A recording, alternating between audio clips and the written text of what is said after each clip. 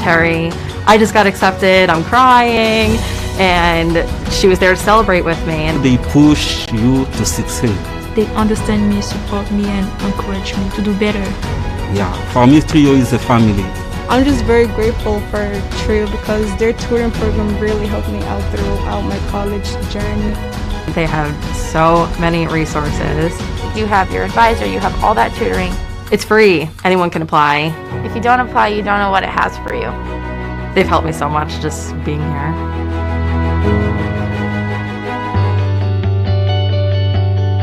I mean, it's awesome. It's unlike anywhere I've ever really played before. When you're this close, to the court, not a lot of college courts especially are like that. But no, I mean, it's awesome when you get to turn around after you hit a three and you're close enough to give the guys on the bench high fives, or turn around and look at your buddies in the stands and give them high fives. So it's a good feeling when you hit one right in front of either one of those.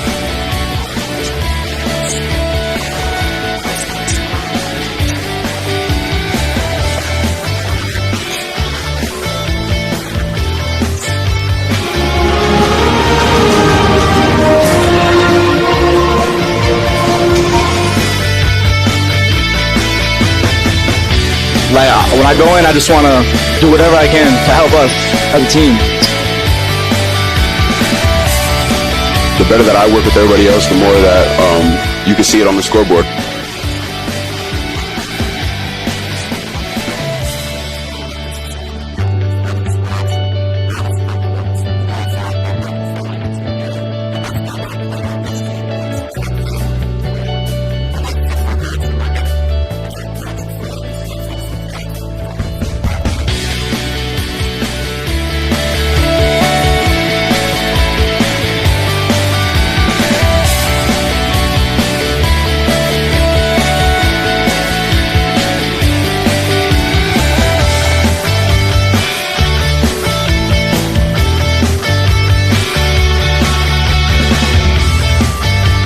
I mean, we all flow together, so whoever's hot, we just try to give them the ball. And we're a family, so, you know, if someone's hot, we give them the ball, and they're going to do their thing. And if they don't have it, the ball's always going to come back around. That's what you got to think.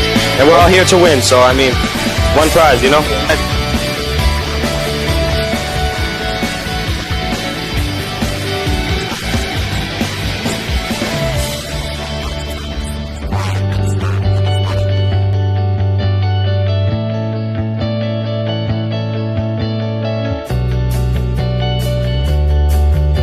It's just about being a team player. My job is my energy off the bench and my aggressiveness on defense and offense, so I did with that today. Goal headed away by the Knights. Isidoro Dominguez played outside. Atwood, shot, goal! And that was not Atwood, it was 20-2. Sasha Bruno kissed that off the underside of the crossbar. And it's 2-0. A goal in the 6th minute. So 2 early goals for Central Maine. And Sasha Bruno has his first. It's all about chemistry and gelling and playing together.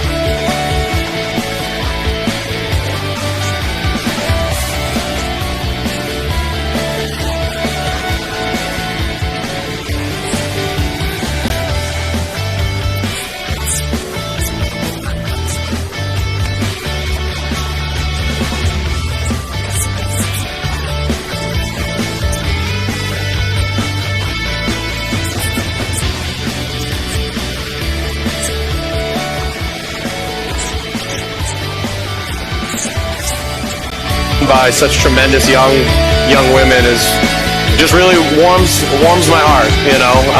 I'm just very lucky to just be associated with them, and can't wait to see all the things that they accomplish over the next 5 or 10 years of their life, because when you come to CM, it's more than just showing up here and you're on the team and then you leave here and gone, and we're in this together for life, you know. And that's something we take very seriously here, so I just look forward to watching them all grow and become stuff that they once thought they were never capable of being. I saw my family walk in, so I that's excellent. right over there. Yeah.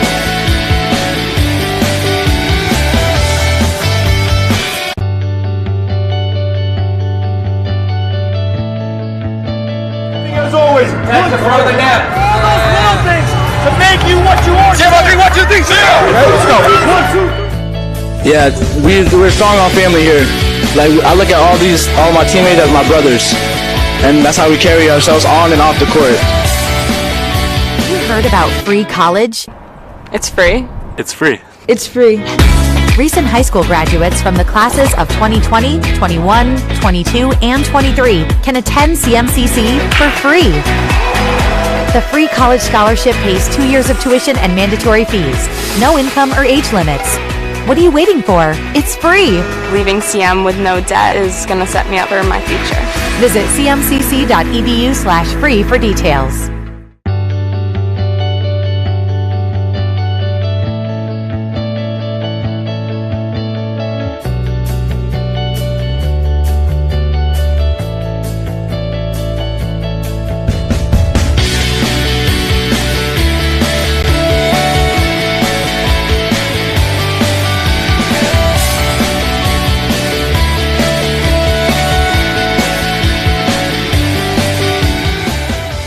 So we'll save that for between innings. One out here. That pitch driven to left, and that one's going to be a track meet as the left fielder Wilcox will track that one down. Ducharme scores. McWhinney scores. Hooker rounds third, and he will score. That'll go in as a 3-run homer for Keith Hooker, and the Mustangs take a 5-0 lead.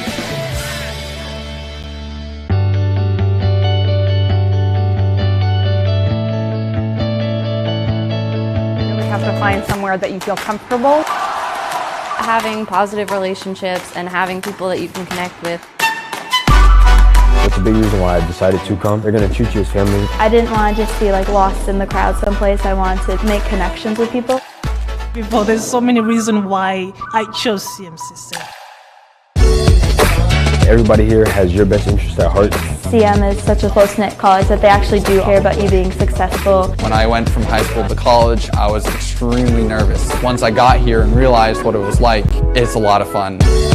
From the moment I started correspondence with CMCC, they were just always checking up on me. It clearly lined out for me what I needed to do to get here. The college is really committed to making sure to stay on top of the latest technology. The instructors here, they're so passionate about what they do. There's a great student-teacher ratio. I wasn't just a number in the crowd.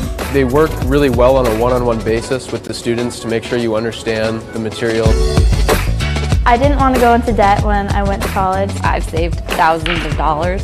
Campus is great. Everything's right here, so it's easy. I mean, it's a small campus, so they always have activities for us to do. I've never been part of a team like this before. You just come together on and off the court. That's what really pushes CM over the top of everybody else.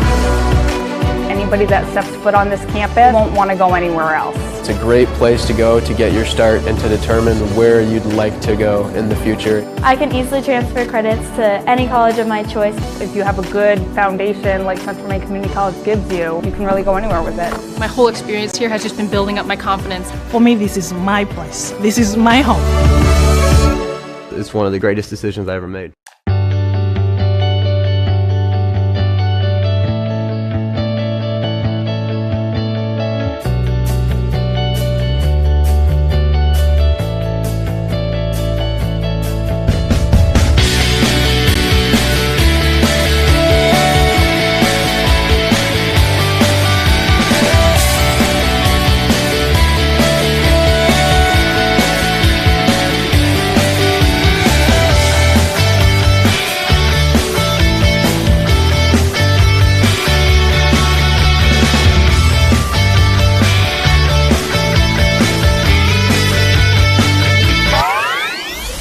I walked through these doors, I was just blown away. This is insane. It just caught my attention immediately. This is the first place that I've seen like this decked out. It's pretty sweet. This is a grand opening for our esports arena. We're talking 1,600 square feet of pure technology. Like, I'm shaking being here. It's so cool. There's nothing like it in Maine. We're ahead of the curve here. It's definitely a big market, something you can make a living on. I've always had an interest in esports. So we're treating it like an extension of our athletic program. And then in addition to that, we're starting an esports management degree program. It's just a different community for me to be a part of. It really just helps me just be myself. It's just really fun. This will bring students together. That's what's happening, and that's what esports is. To me, it's beautiful, and I want to live here.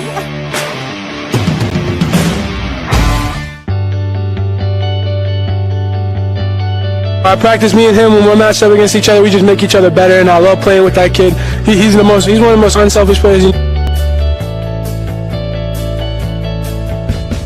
Threes with Noel, and Noel won that. Hank into space. Lewin shoots. That's deflected and put toward goal. The flag stays down, and it's 1-0.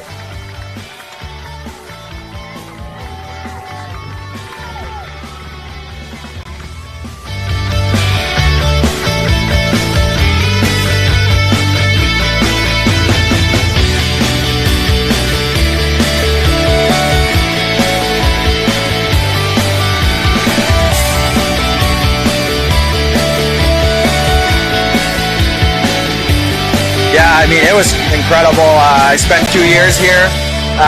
When I came in, Matt Biot had just got the head coaching job, and you know, he was really trying to turn the program around, and it was awesome to be able to see that growth throughout that 2 years that, you know, he was able to lay that foundation on, and you know, it was everything you could have asked for here. I mean, the school treats the players awesome, you know, and the facilities just amazing, top notch. So you know, I loved my time here, and you know, recommend it to anyone, really. I mean, top notch program. Yep.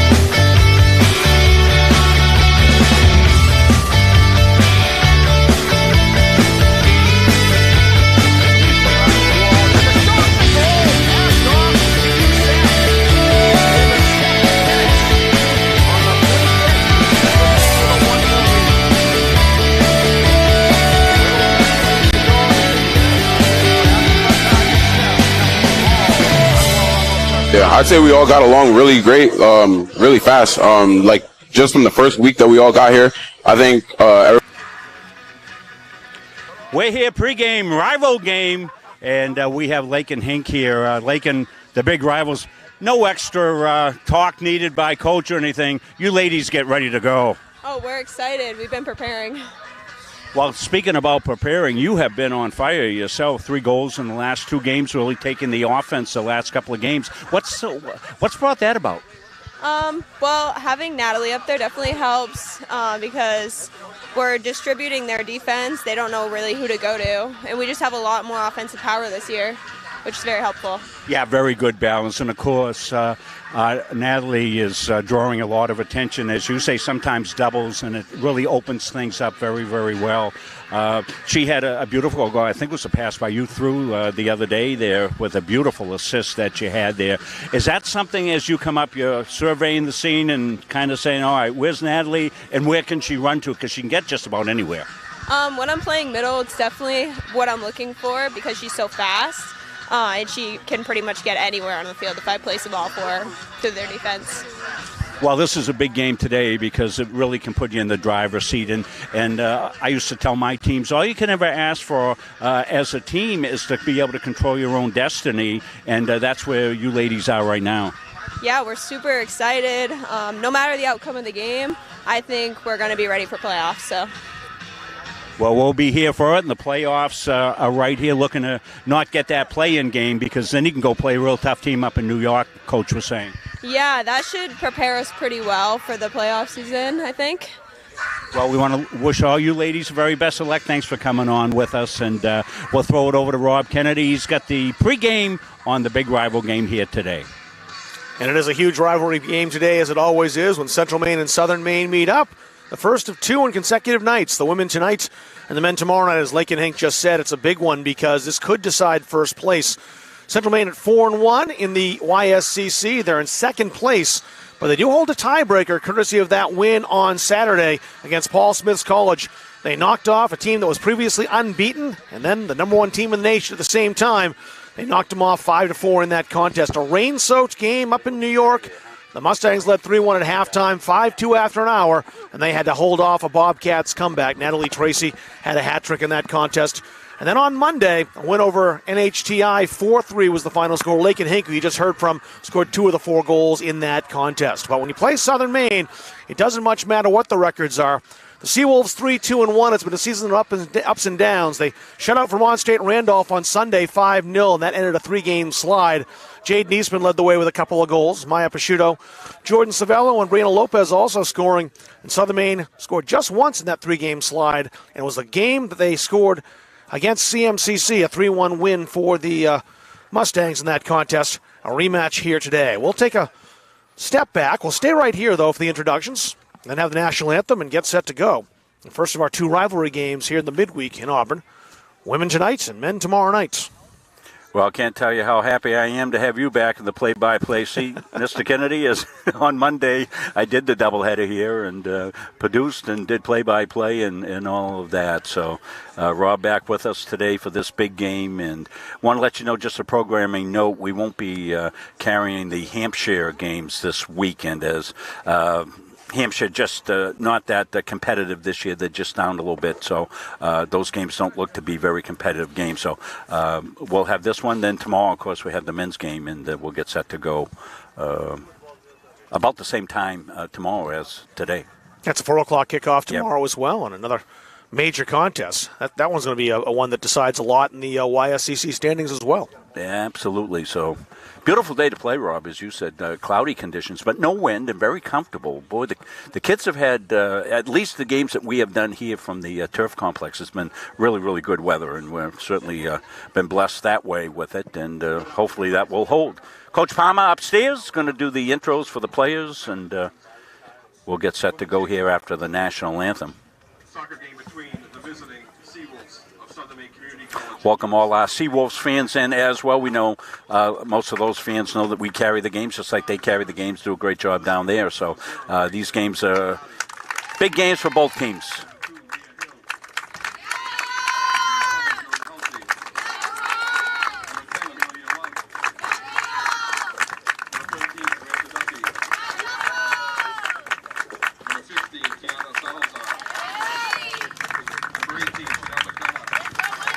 So, Andrew, we could go over the Seawolves here for a minute and give them a look.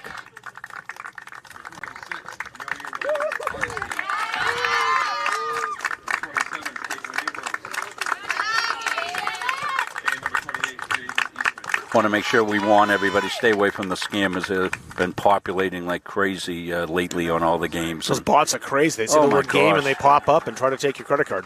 Yeah. Number 1, Kate Lewin. Number 2, Maya Sorois. Number 4, Madison Turcott. Number 5, Emily Gilman. Number 6, Chloe Dean. Number 7, Natalie Tracy. Number 10, Audrey Dillman. Number 11, Lakin Hank. Wasn't Lakin very personable on here, Rob? Just love these kids. They come on with such class and really confidence. Really great to talk to the young athletes. So I got the anthem coming up.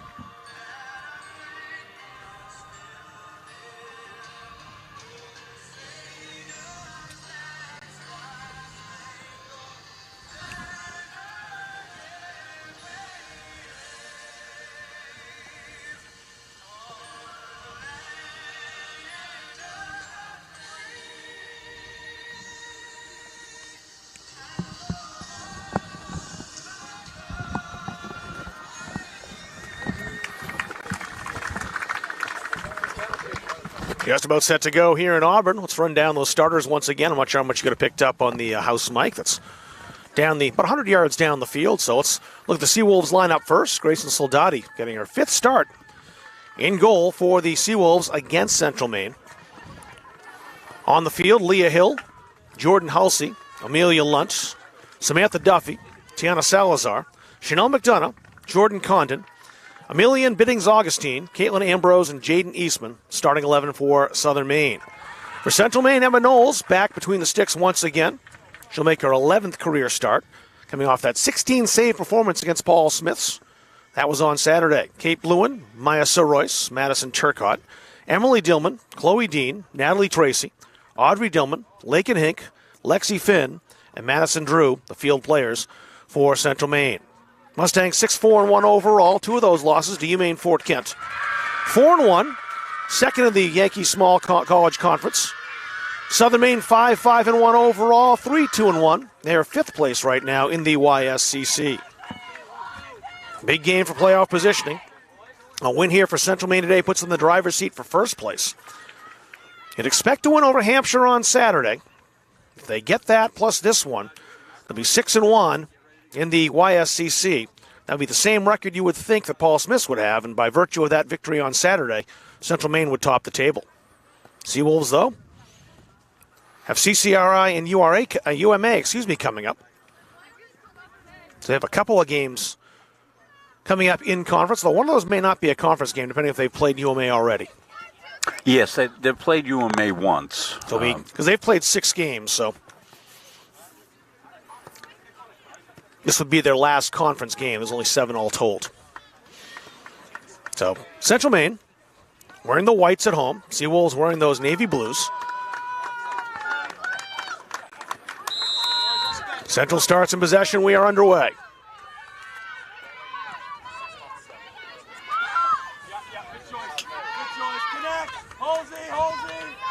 Laying back outside, Chanel McDonough.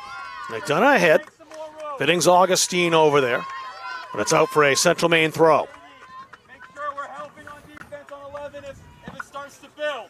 Okay? Recover on 11. Emily Dillman gets us back underway for Central Maine. And she gets to do it again.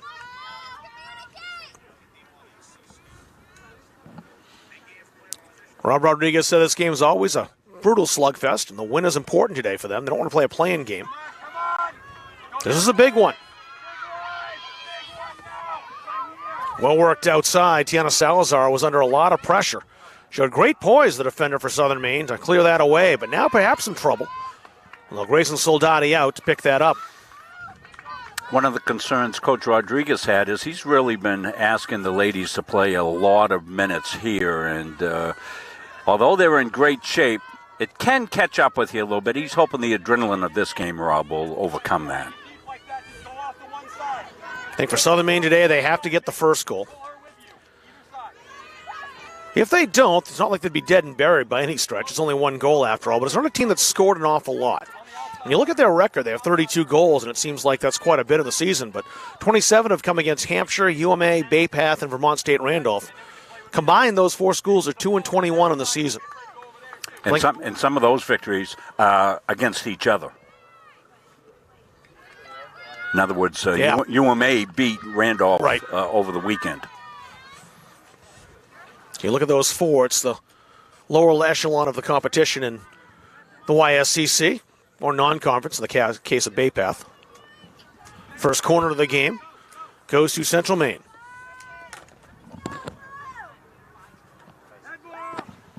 Tracy into the area. Caitlin Ambrose boots it away, cleared easily by the Seawolves. And there's certainly a lot of grit and talent on the Seawolves team, though. Well, they haven't scored a ton. They're tough to score against. It's a team that doesn't want to play from behind. That'll be the challenge for them today, this high-powered Mustangs offense. We knew it was going to be the case for Coach Rodriguez's team. He said at the beginning of the year, it's going to be up-tempo. We're going to look to run and score, and that's precisely what they've done all season long. Boy, sure nice when a plan comes together as a coach, that's for sure. But you need buy-in from the players, and he certainly got that with this group of athletes. He just has glowing things to say about this group of his. And Natalie Tracy averaging a goal a game, 13 goals in 13 games coming in. That's her career numbers. All but one of those goals this season. Salazar pops it high. Biddings Augustine had it knocked off her foot. Played into space, but no one there in blue. Biddings Augustine, though, has great wheels, as you can tell, and that forces the Mustangs' Chloe Dean to clear that out and concede the throw. Go, use the line, let the ball do the work. Salazar looking for Amelia Lunt. Lunt skipping past Turcotte. Turcotte stuck with her, though. Her pass intercepted by Bluin, but gifted right back to Caitlin Ambrose. Ambrose had Lake and Hank right there with her. Salazar. Lunt won't catch up to this. It'll be a throw-in for the Mustangs. Lunt had a goal in the game last year against the Mustangs. Gardner graduate. Seawolves were 1-1-1 last season against Central Maine. A loss and a tie in a regular season contest, but they won when it counted. The play-in game right here went to the Seawolves, and they were the ones who advanced to the YSCC Final Four. And that's exactly what the Mustangs are looking to avoid with a win today and a win Saturday. And they're on their way to that first-round bye. Especially as they're hosting that tournament. It's going to be right here, correct? Yes, it is, and we'll be here for the games on Saturday and Sunday. You have those dates, Rob? I'll get them to you. Not sure if you're available. Sunday it would be. Flag is up for offsides. That's played through to Kate Bluin. Right idea, but she's a little bit behind the last defenders, and that's what drew the flag.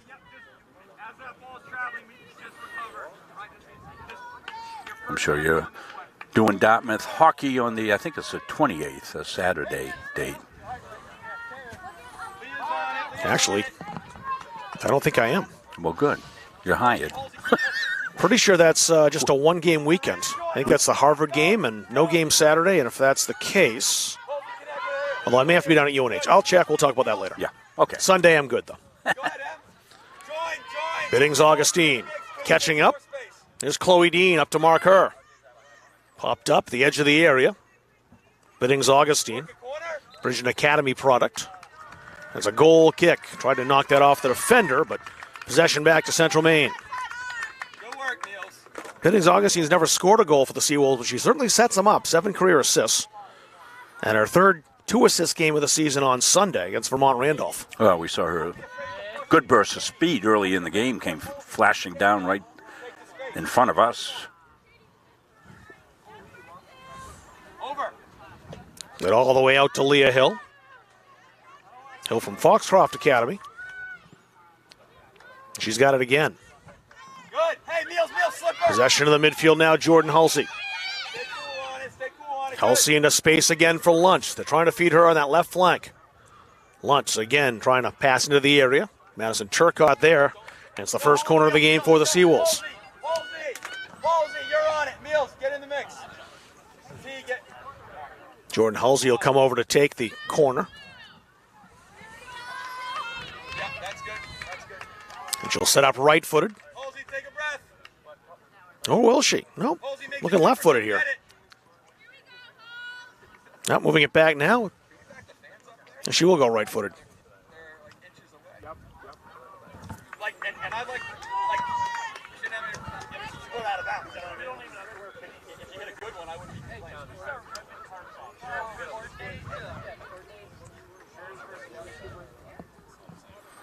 So a goal kick after the corner ends up in the side netting. Good, Katie. Now support her. Halsey, just support her. Yep. Worked outside. Katie, stay there, Katie. That was Caitlin Ambrose who made that trap. Good, see it out. Now throw in now for the Seawolves. Okay, but if you're going to go, stay. Salazar, the sophomore from Windham High School, Windham, Maine. Couple of non-Pine Tree Staters in this game, but not too many. As you'd expect with these two teams. The bulk from here in Maine. Here's a race. Tiana Salazar just beaten to it by Blewin. Lake and Hink now with it. Samantha Duffy playing Hink. Hink still with it. Weaving through defenders. Hink has support outside. That's Kate Blewin. Blewin into the area. Bounces. Hink taken down. That's going to be a free kick and a penalty. So a chance here in the 8th minute for Central Maine to get on top from the penalty spot. And it's Lake and Hink who'll take it. Well, Hink made that play from the get-go, didn't she, Rob? Weaving through traffic, as you said, and then set up that offensive flurry that results in this. No pressure on Grayson Soldati here. She make this save. And does. And smothers the rebound. It's one Hink would want back, certainly. It was well close to the keeper. And Soldati, a huge pressure save to keep this game scoreless. Again, the Seawolves would struggle playing from behind against this team. They're not a team that scores a ton of goals, but as we've seen, they keep them out. Soldati's always played very well against Central Maine. He just makes a huge save on the PK.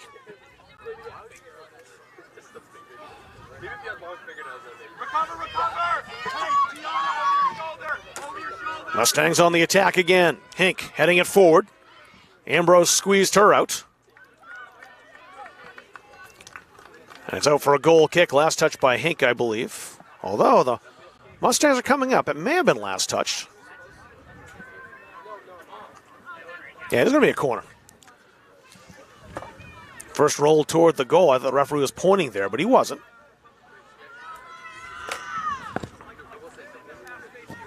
So Maya Soroyce will take the corner this time. Tracy had been doing those corners from the far side. And we'll see one more of those. 4 corners already now for the Mustangs.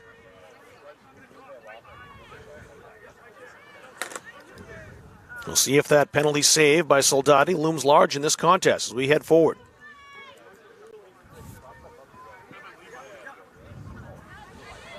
Ambrose knocked that down.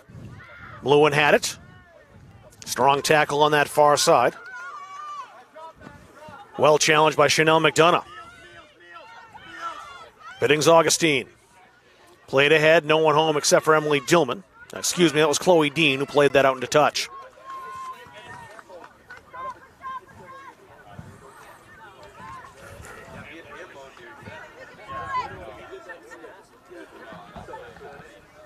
Another throw in for the Seawolves.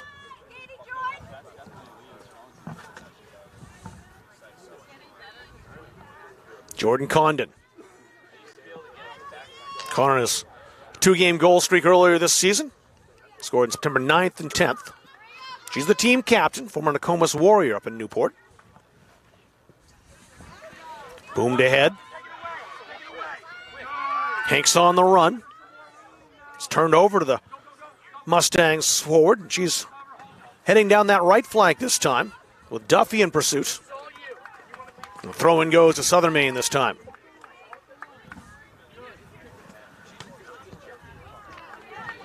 And one more throw-in after Blewin boots that out into touch.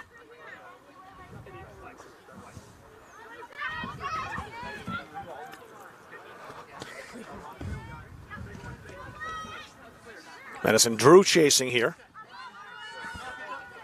Audrey Dillman outpaced, couldn't get to the ball. Biddings Augustine got there first. Played back to Emilian Biddings Augustine. Once again, Chloe Dean there, but it deflects. Amelia Lunt bounces that off Turcotte. And that's a corner. Great job. Nope, I'm mistaken there, a goal kick.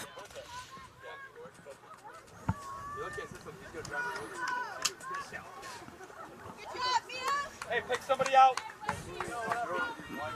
You can't see down that corner. No, not at all. Guys, we got to move back a little bit. We can't see the corner at all. We got to have. I'm watching off the monitor. Thank you. Good. Katie's has it. Play it through, and Hink's got acres of space now. She can settle and shoot. Hink advancing. The ball still free. Tremendous keeping by Soldati. came out, and the collision occurred. Soldati hopefully okay as she pops right up.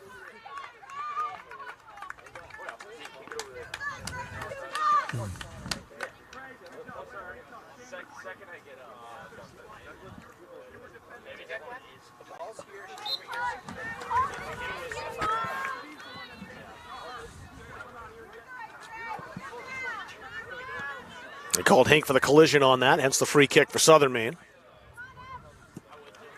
Dean blasts it ahead.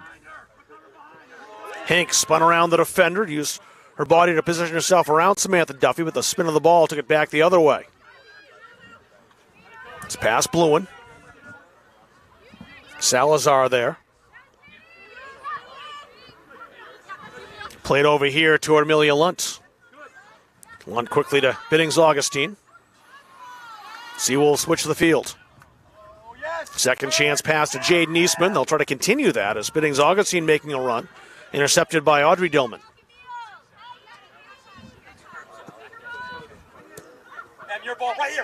Turcotte knocked that down.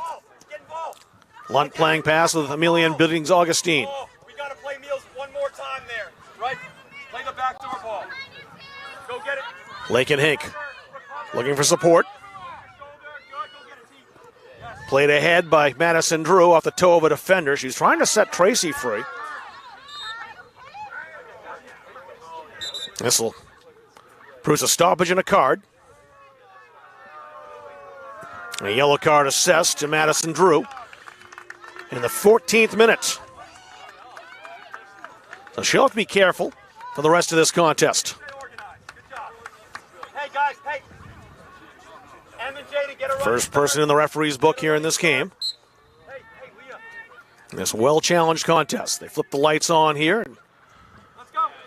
Anticipation will get a little dark sooner with no sun in the sky today. Heavy cloud cover here in Central Maine. And that's the beauty of playing here, for sure, with these beautiful lights. Lexi Finn ahead. Hink is there. Chance for Soroyce. She just put it wide. Soldati came out to force the issue and cut down the angle on Soroyce, who had a goal on Monday in that 4-3 win over New Hampshire Tech. Just missed the target here. So Soldati did make a save on that, but she certainly influenced where that shot went. Anybody who's watched these games last couple of years knows just how good Grayson Soldati has been between those sticks. And she's been just as good tonight. Saving a penalty kick. Took a collision to make a save, and then just came out to force the issue on Maya Soroyce a second ago. Headed over toward the touch line by Ambrose. It's a throw-in for the Mustangs.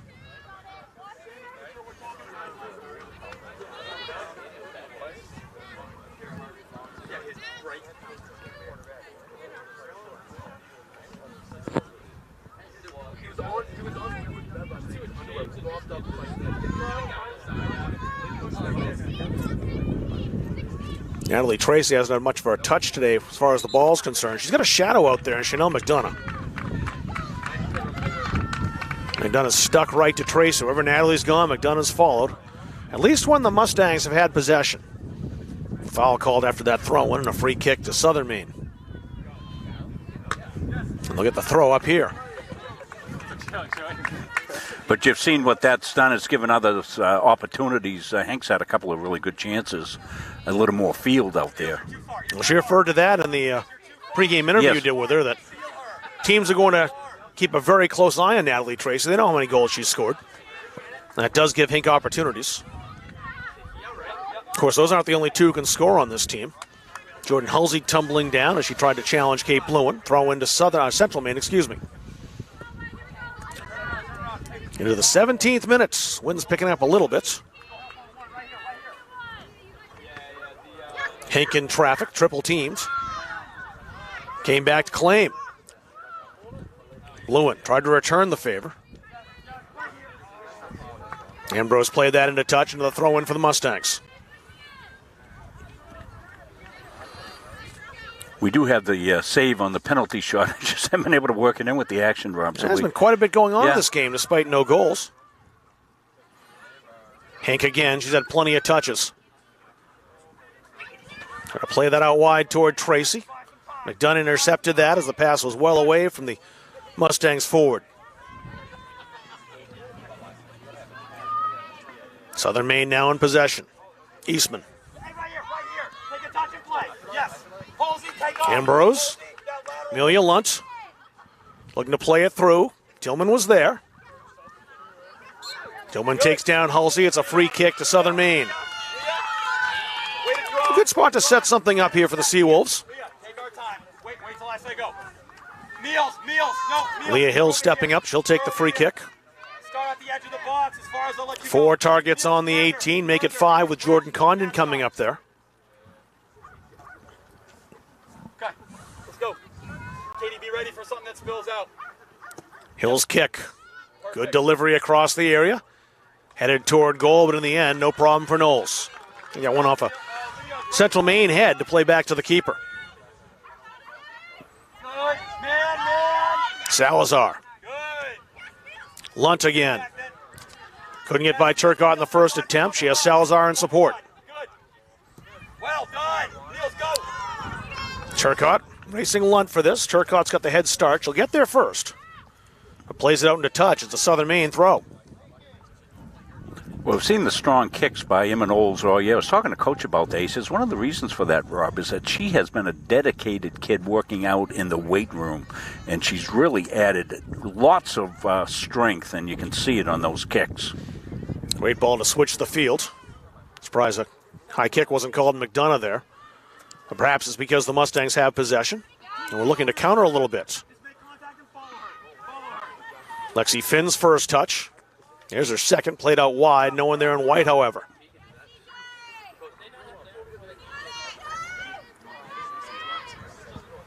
Played long ahead. Here's Tracy with it, trying to turn around Samantha Duffy. Tracy turning on the Jets. Has Bluen going to goal. And that's deflected back toward the keeper. Not played back by Ambrose, so the keeper could pick that up, just deflected. Certainly wasn't the intent of Ambrose to play that to the keeper, but it worked out well for the freshman from Andover, Mass. One of the few runs that we've seen Tracy have in this game, Rob. Ambrose has 1 goal on the season. She scored it last time against Central Maine down in South Portland. Chloe Dean now with it. Kind of see the Seawolves team very careful defensively, looking for an opportunity to counter. That's, I think, the strategy that Coach Wells has here. And that smash and grab tactic, being very alert of the Mustangs' offensive threat. Responsible at the back, but looking to take advantage of any chance they get to turn and go. That's why that save that was made by Soldati on the PK was so important, as it kept this game scoreless. Let them stay in their game, Rob, I think, is probably the key to that. That's exactly it. Not having to chase goals. And get down one early, it changes what you want to do, especially if you're looking to keep this game low scoring. I don't think the Seawolves want to get into a track meet here with the Mustangs. A 1-0 victory would be plenty for them. And yet, goal scoring has not been easy for them against some of the top teams, but they defend very, very well. As long as they can't score, it's just been difficult for them to do so. If they get that lead, look out. The 21st minute here. Couple of opportunities for the Mustangs. Nothing really you'd look back and say was a great chance for the Seawolves so far, but they've done well just making sure there haven't been many Mustang chances. The PK was the best chance they had, and Soldati made the save. So Royce being in on goal as well, Soldati stopped that. And the third play was sent wide after Soldati came out to cut down the angle. But not much since then.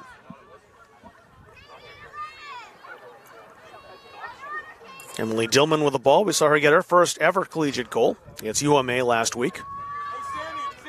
Emily usually trusted with a task to keep the balls out of the area, not putting them into the net. She's been very good at that defensively, one of the stalwarts on this team on the back line. Ambrose for Southern Maine. Played long ahead. It was knocked down there.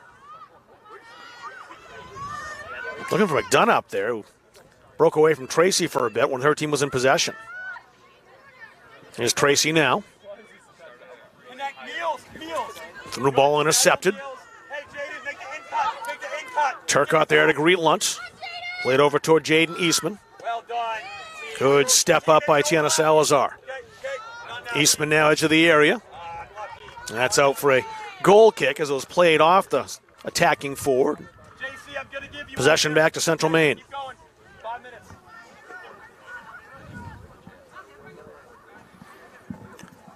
Not a whiff of a sub yet, Rob. I don't think we'll see too many. Both teams going with their strengths.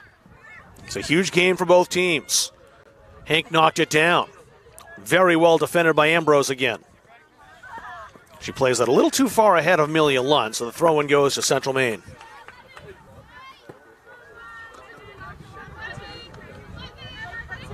Certainly not Lunt's first time on Munzing Media, I know that.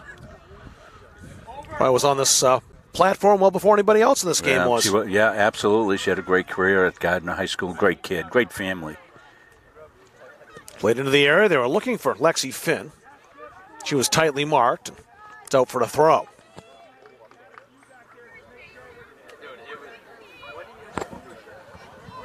It was Ambrose again defensively who was tied up with Finn and made sure the sophomore couldn't receive that pass. Played outside once again. Eastman waiting for the ball. Had to wait. It was spinning. Emilian Biddings Augustine with some space down that left flank now. Turcotte closing. Played across. Defended strongly by Audrey Dillman. Eastman. All right, Halsey. Halsey steps up and knocked that away from Cape Lewin. Biddings Augustine. Forced back. Madison Drew. Biddings Augustine with it again. Halsey. Jaden, don't hide. Played outside. Nice trap by Bluen. Played down the wing, hoping it can be run onto, and it is by Natalie Tracy, who's got space. She's dangerous in these situations. Oh, great defensive play by Caitlin Ambrose, who's made several in this first half. That may have saved a goal. She was the last line of defense before the keeper, Grayson Soldati. Biddings Augustine. Biddings Augustine trying to wheel around Turcotte. Played square. Halsey wants the shot, has the offering. It's a good one, but it's wide. Just missed wide. Into the side netting and a goal kick. Best chance of the afternoon so far for the Seawolves. You served as a decoy. That's fine. Good job.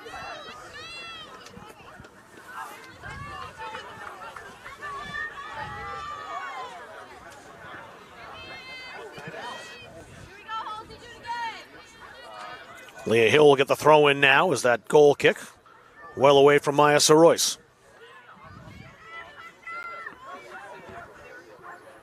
Dillman knocked that off a Southern Maine player, so the Central Maine Mustangs have the throw now.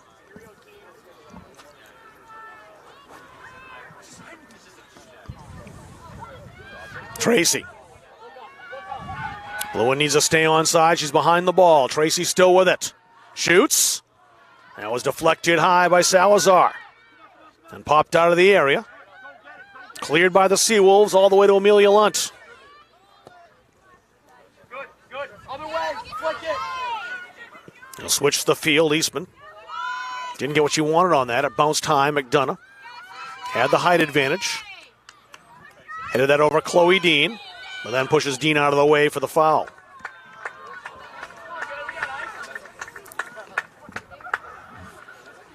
That's a free kick this time to the Mustangs.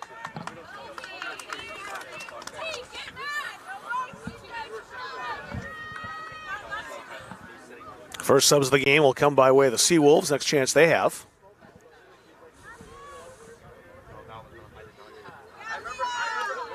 And the throw in for Central Maine. It's going to be a game of who takes their opportunity.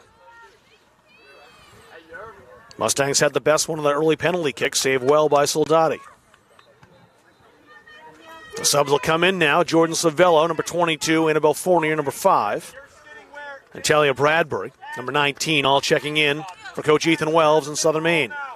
Well, one thing, if you're a Mustang fan, that you would be encouraged by, probably in the last 5 or 6 minutes, Tracy's had a few touches and a few runs, Rob, so she's shaking loose a little bit now from that mark that she's had all game. I'm surprised to see Chanel McDonough come out, not because she's played a bad game, quite the opposite, but because she's the one who's been entrusted with marking Natalie Tracy, and Tracy can wear you down. So something you watch for. You just want to keep her at least fresh enough to play many minutes or most minutes in this game. As Tracy's going to draw a shadow throughout the entire 90, you would expect. Ambrose. Back toward Tracy. Samantha Duffy's there with her now. Tracy over there on the tightrope. That was well played by Duffy. Here's Leah Hill. Duffy again. And a throw in for Central Maine. No bigger Seawolves fans in the world probably right now than the Paul Smith's Bobcats. They would love to see any kind of blemish here. The draw or a loss would likely give them first place. Draw a loss on the Mustangs' part. So looking for a little help for the biggest rivals the Mustangs have. But a little too far for Fournier. Savello knocked that down. Savello, the first year from Sanford, Maine. Got a goal on Sunday against Vermont State Randolph. Played up toward Tracy, won't reach her. Throw in this time for the Seawolves.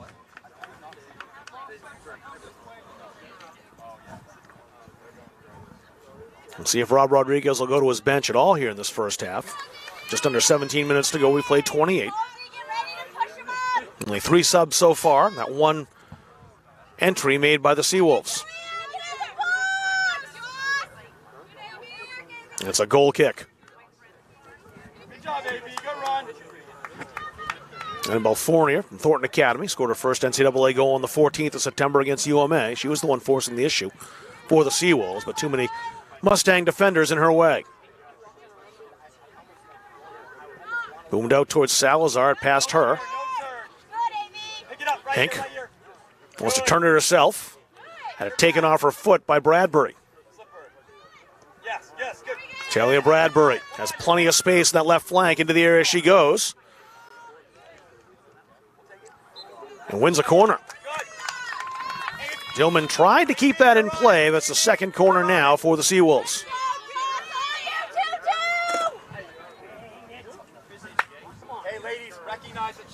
And that's Annabelle Fournier over to take the corner. Fournier setting up right-footed. Will try to swing this toward the goal, but not too close to Emma Knowles.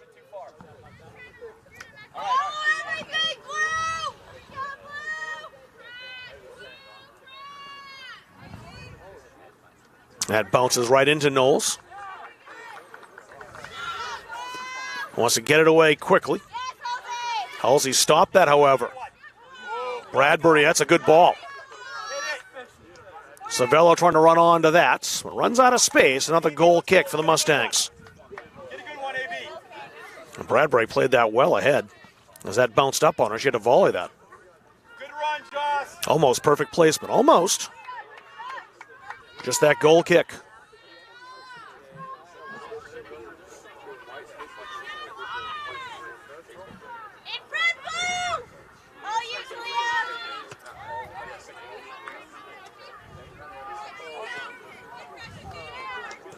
Hink stepping onto that in front of Jordan Halsey. Seawolves have defended very well in this game, especially as the first half has progressed. Moved outside by Hink. Play down the right side. Bluin trying to run onto this. Salazar with her. Tracy. Halsey came over to steal.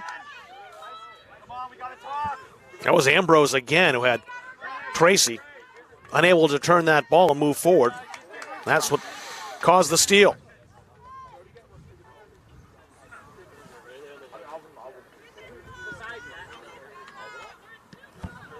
Lexi Finn went high to trap that. Hill possesses now for Southern Maine. Square ball intercepted by Lakin Hink. Hink can start the run here. Played through, too far. Easy pickings for Soldati. Talia Bradbury's not going to get to this. It's a throw-in for the Mustangs. Right idea, but too much power by Soldati. Not often you say that when a keeper kicks it. There's too much power, but it was that time. Churcott.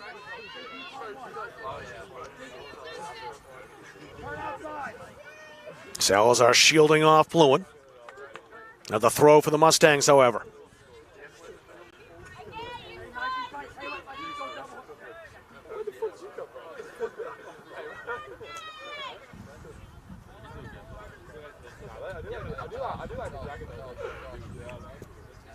Skied into the area.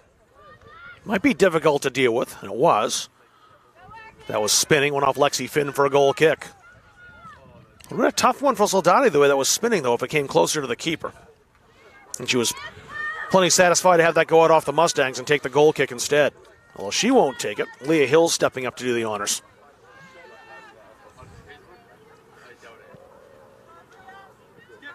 It bounced over Halsey. Audrey Dillman.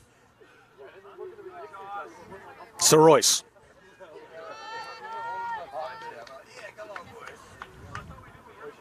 Sun's coming out a little bit for the first time. Tracy. Into the area, but was already out of play. So the ball headed in, but it doesn't matter. If she had made that kick and caught up to it a little bit earlier, it's 1-0. But just a goal kick. Kind of weird lighting right now, isn't it? It really is weird. I'm looking at the picture for Upper Andrews trying to figure out the neutral density filter settings as it's gone crazy. We've got the lights on, the sun's out, and the gray sky the other way. Spinning ball to Leah Bradbury, trying to escape Bluen. Play that into space. Jordan Hulsey was shaken up in that contact. She wants a sub, and she'll get one of the next chance.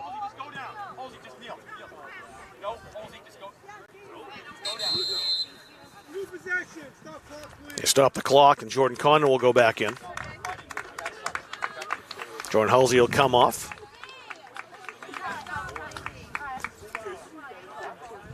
With the injury, Southern Maine keeps possession. You're where you can play. M's in the middle.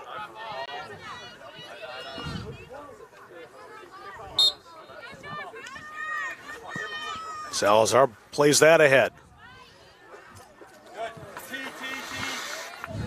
Look creative. Look creative.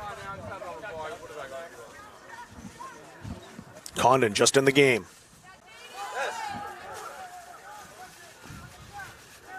As you scratch that was Jaden Eastman, 28, not 20. But a goal kick results for the Mustangs.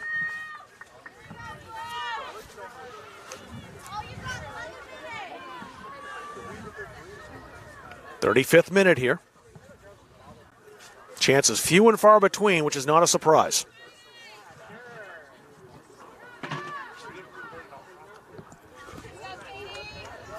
Ambrose popped that high. Royce in a battle of twos with Leah Hill. And Hill wins the throw.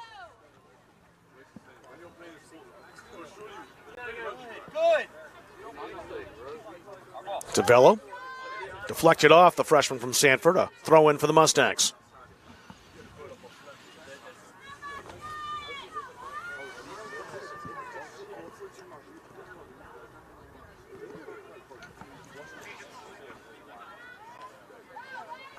Hink. Biddings Augustine right there with her. Got some help from Jordan Condon. Now played ahead, and Tracy's got those wheels. This time, though, it's Hink. Well defended by Hill, though. Well, Leah Hill did a great job over there to prevent Hink from breaking in on goal, but the Mustangs back in possession. Followed away by Ambrose. Second chance.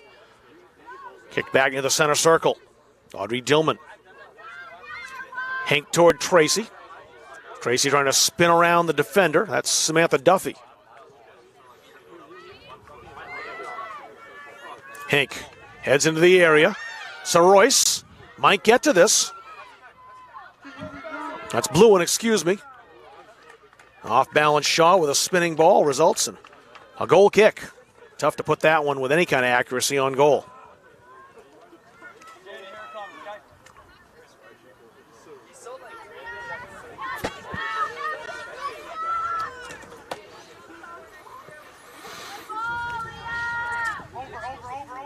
Turcotte heads that.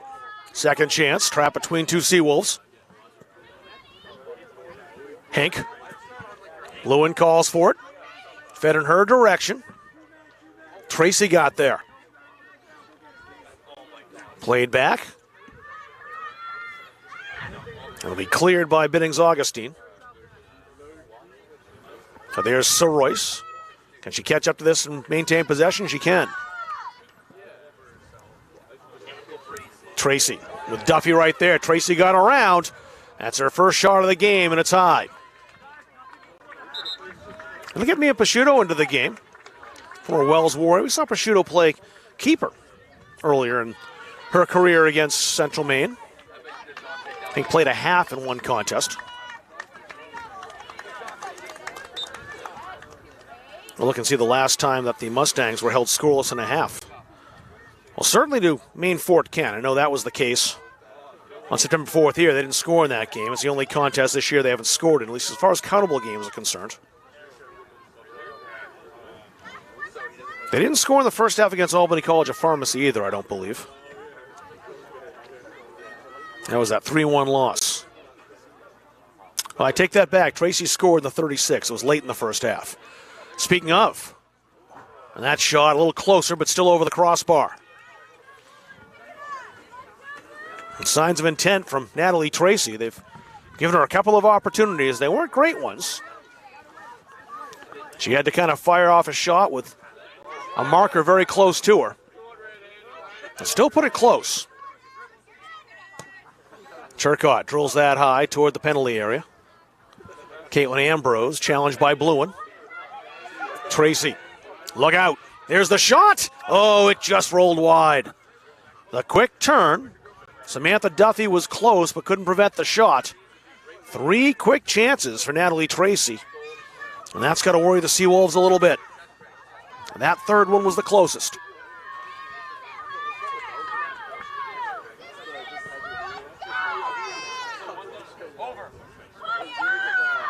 Tillman headed that up. Madison Drew. Back to Drew again with a back heel. Passed by Maya Soroyce. And a throw in for Central Maine. Yeah, the Mustangs have tilted the field, haven't they, Rob, in the final parts of this first half? You said Tracy, a couple of really good opportunities, her best of the game so far in the last 5 minutes. We didn't say her name very much in the first 30. Emily Dillman. Long shot. Up comes Soldati to claim.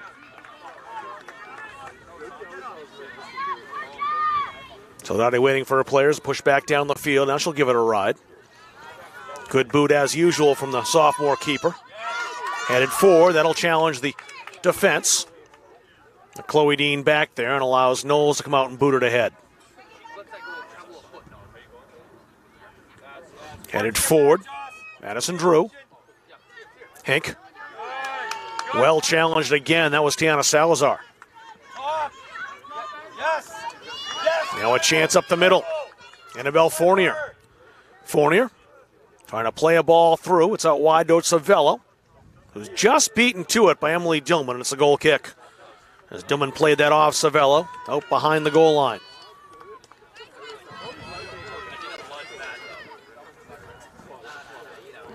Will there be a goal in this first half? We have 5 minutes to find out.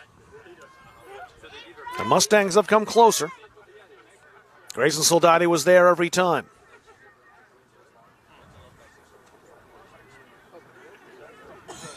Deflected on the way by, so it stays Central Maine possession on the throw.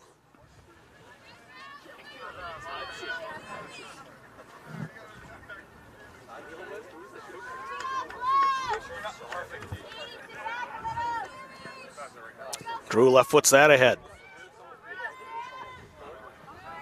Played wide again, coolly played by Duffy, who's got that tough assignment right now, lined up with Natalie Tracy. Soldati out, and she'll get there first.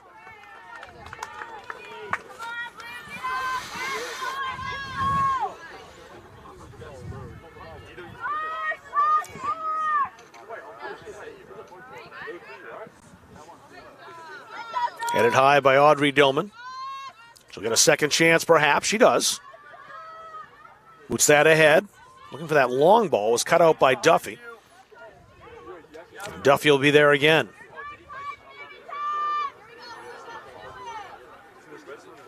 Duffy has to play this. Got challenged by Tracy. A throw in for Central Maine. 3:41 left. Natalie Tracy. Intercepted and cleared easily by Fournier.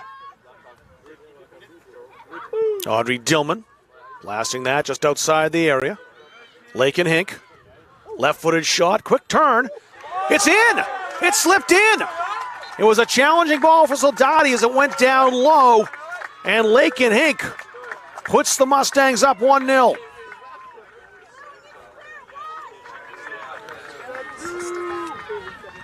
Well, we told you Hink's been on a goal-scoring rampage.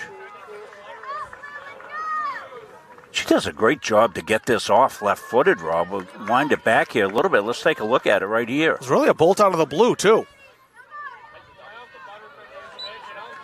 Yeah, Hink takes this off a defender. There was no pass. It'll be an unassisted goal. Came off the defender, and yeah, it was a tricky ball that dove down low. Soldati just misjudged it a little bit, but that's all it took to slip by the keeper and in. Kind of a shot hop. It was. We'd call that. I think she was expecting the ball to carry a little more than it did, and it just didn't. Played ahead, Tracy on the move, and Duffy again has to be poised, and she was.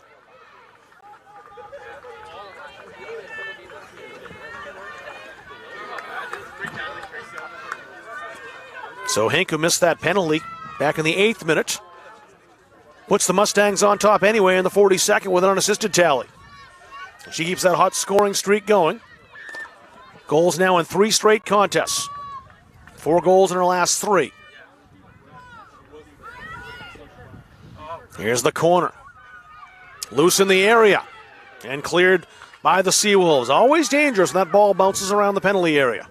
That was the 5th corner for the Mustangs.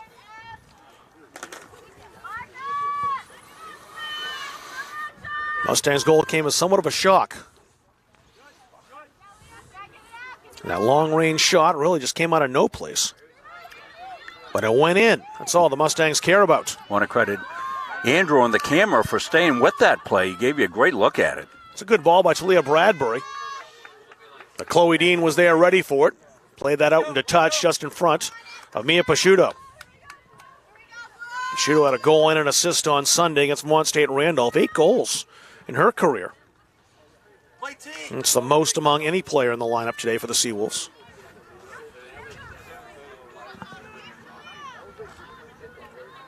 Played to the edge of the area. Pasciuto.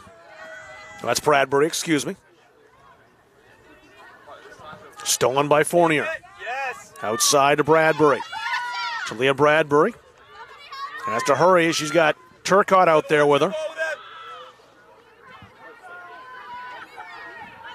Has some support from Biddings Augustine. And that's played out for a throw, and up comes Salazar to take it for the Seawolves.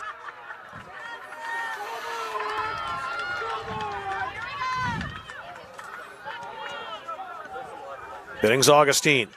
Somebody get on the touchline. Under a minute to go. Why are we not stretching up? Bounces high.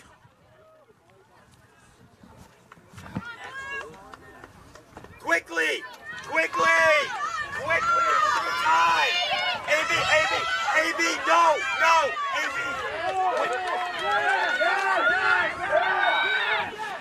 Here's the corner. Bouncing in the area. Still loose at the 18 and cleared with 20 seconds to go. 15 seconds left. Leah Hill. Millian Biddings Augustine. Taken from her by Drew. And that's the way this first half is going to end. For a while we thought there wouldn't be a goal in the first half. Lakin Hink changed that in the 42nd minute. Just 3 minutes from time. Squeezing a long shot just underneath the keeper Soldati and inside the post. And Central Maine leads Southern Maine 1-0 at halftime. We'll take a break. Come back for that second half. I'll show you some highlights in that first half and recap half number 1. We get set for the second 45 here on Munzing Media.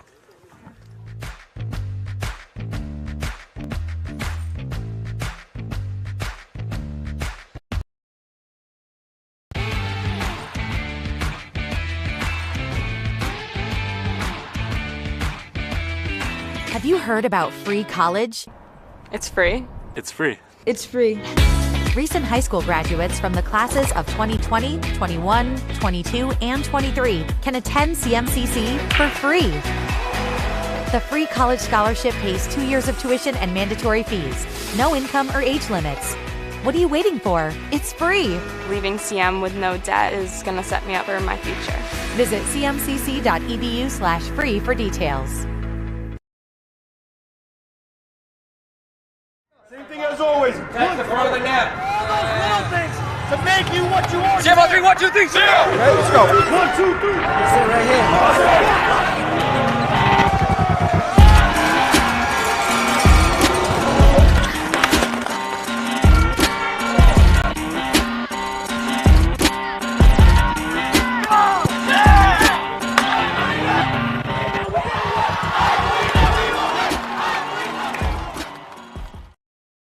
Helping people is kind of ingrained into me. I am so glad that I chose to be here. It's a really great program. Primary dentals in the heart. The instructors are super helpful.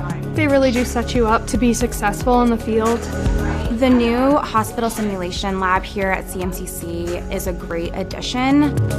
It's as close to replicating real life as you can get.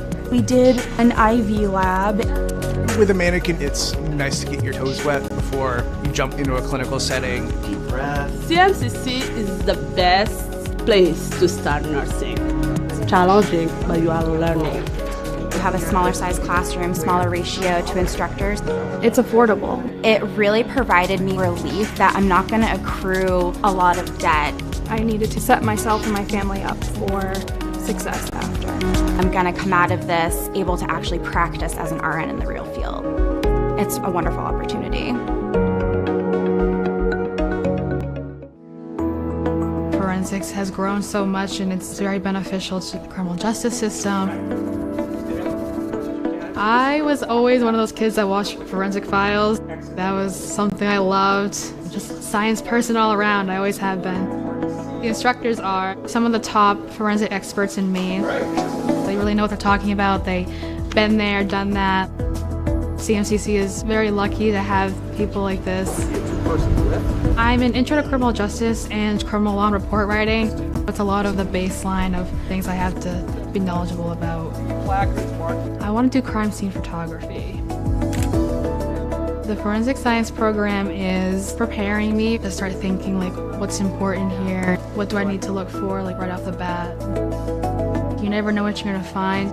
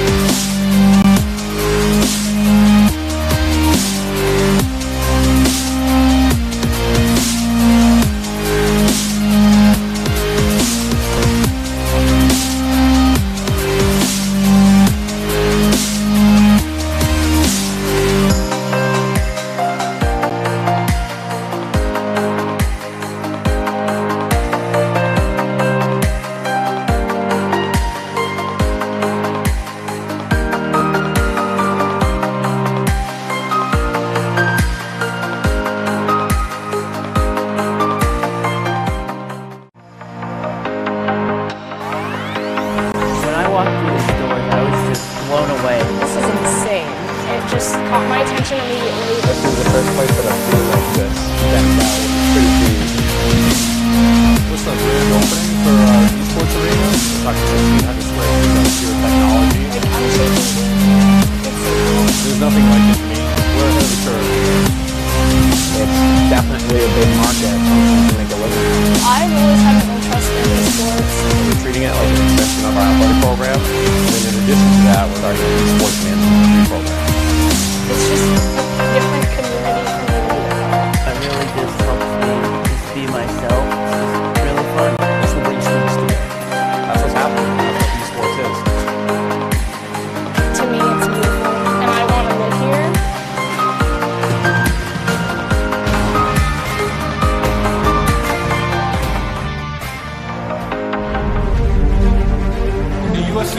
provides our program exactly what they say, a chance for small colleges to compete. It's leveling the playing field for everybody.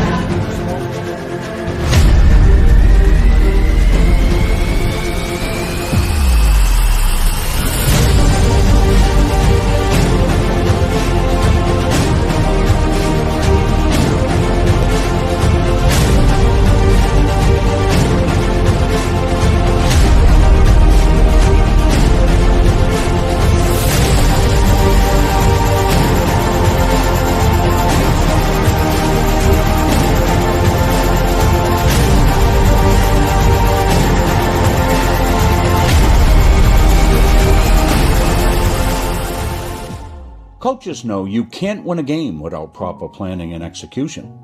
Let Gosline Retirement Planning coach you into a confident retirement. Here at Gosline Retirement, we provide that proper planning and help you utilize a step-by-step approach on all facets of your retirement planning. We provide guidance on income planning, wealth management, understanding taxation, Medicare and long-term care, and legacy and estate planning. We pride ourselves on working hard for those who have worked hard their entire lives. So, schedule your appointment today and let the team at Gosline Retirement Planning put together a retirement game plan for you. The USCAA provides our program exactly what they say, a chance for small colleges to compete. It's leveling the playing field for everybody.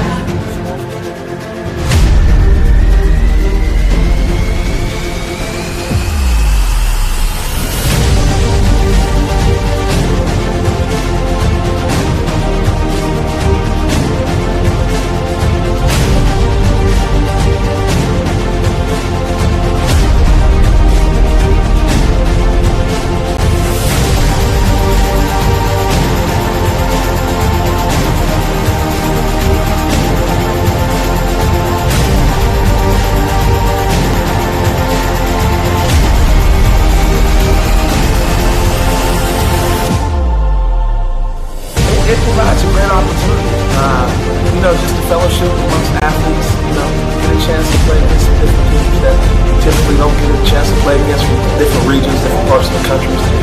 This kind of gives you an opportunity to kind of see where you're really at against everybody. Really good, like I said, just a great environment, well-ran tournament. It's a pleasure to be part of organizations like the USCAA.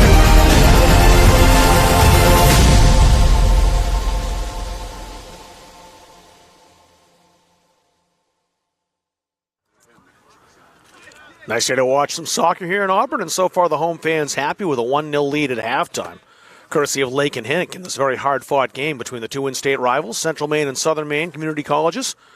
A battle that could decide first place if the Mustangs can win, and win again on Saturday when Hampshire's in town. And the half was controlled for the most part territorially by the Mustangs, although the Seawolves didn't really give an inch much of that first half. Central Maine had a chance to go ahead in the 8th minute, a penalty kick ordered to Lake and Hink. But as she has been so often, Grayson Soldati right there to make the save. And Hink way too close to the keeper. Not her best penalty kick, certainly. I'm sure she would admit that as well. And no score, but Hink will have a chance to make up for that miss. And she took full advantage of that in the 42nd minute. Great turn here, too. You just kind of watch her take the ball off the deflection. And a quick left-footed turn. Just shot it. And watch how it dips. It dove down, and that's what fooled Soldati. And just slipped underneath her fingers into the back of the net. So Hink couldn't score in the penalty kick, but she scores there either way. The Mustangs with a well-earned 1-0 lead at halftime. But this second half is not going to be easy by any stretch. I think on that, I don't think that Soldati was expecting a shot from there because it was a beautiful control by Hink as she came across and plucked that out with the left foot. And as you said, I think she got the top of the ball a little bit, Rob, and that caused that dip there and took that shot hop into the side of the, right inside the post. So well done, and certainly you got to give Hink credit for that, not giving up on that offensive opportunity. No, I just saw a little bit of daylight and thought she'd have a go and was rewarded for doing so. So Hink with her goal, it's her 9th career goal for the Mustangs. And again, she's scored 4 now in the last 3 games. Had two big ones in that 4-3 win over NHTI on Monday, and the go-ahead goal here this afternoon. Southern Maine will be attacking from left to right in the Road Blues. Central Maine defending the goal down to our right. We're in the white and reds here at home as they always do. And we'll see if the Seawolves try to push the attack a little more. They were doing a great job really limiting the chances the Mustangs had. They didn't have too many. Instead, in a game like this where goals could be few and far between, not as many as we're used to seeing out of this Mustangs team, you got to take your chances. And Hank did take advantage, made the most of the opportunity she had late in that first half. Well, another thing to look for if you're a Mustangs fan is that after really a great defensive coverage on Natalie Tracy, Natalie got loose for a couple of good opportunities, probably in the final, 15 minutes of that first half, Rob. So that bodes well a little bit going forward. Three good chances. The one that was especially good, she rolled about a foot wide of the post. As we're underway, Sir Royce back toward Trace. A little too strong for her. Samantha Duffy. Played out to Drew. Madison Drew. I've let it known in particular. Fournier played that ahead.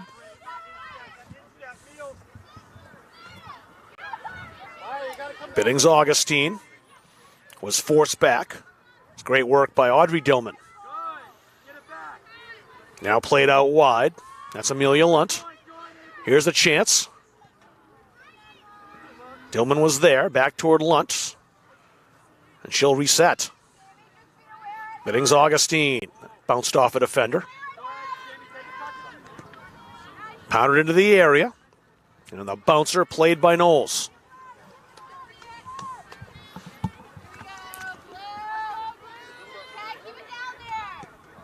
A little attacking pressure to start for the Seawolves here in the second half. They've got the ball again. Lunt, dispossessed. That's off Bluen. A throw in for Southern Maine.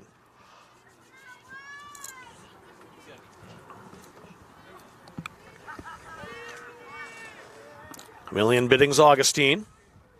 Nice one touch by Connon ahead. But out comes Knowles to claim that. Almost had the opportunity to spring Annabelle Fournier, former Thornton Academy Trojan, but just rolled out of her reach.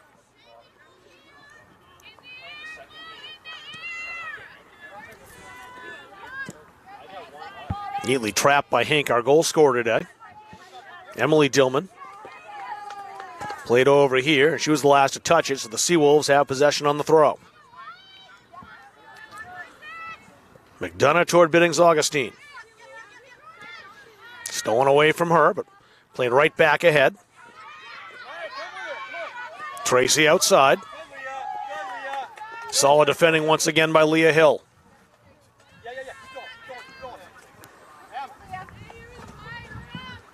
Emily Dillman up to take the throw. Quickly.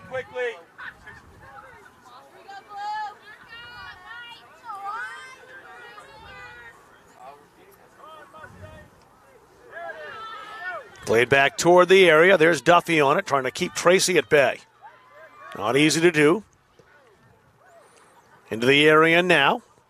Ball sits for Hink. Tracy advancing. Can she turn it? Not quite. It did bounce back on goal, and so Dottie picked it up. Now, low ball in the area between a lot of legs is always nervy for the keeper. And that's played through to Eastman. Jaden Eastman. Stepped by her defender, Chloe Dean. Chanel McDonough into the area, but no one there in blue on the other end. It's Emma Knowles' ball.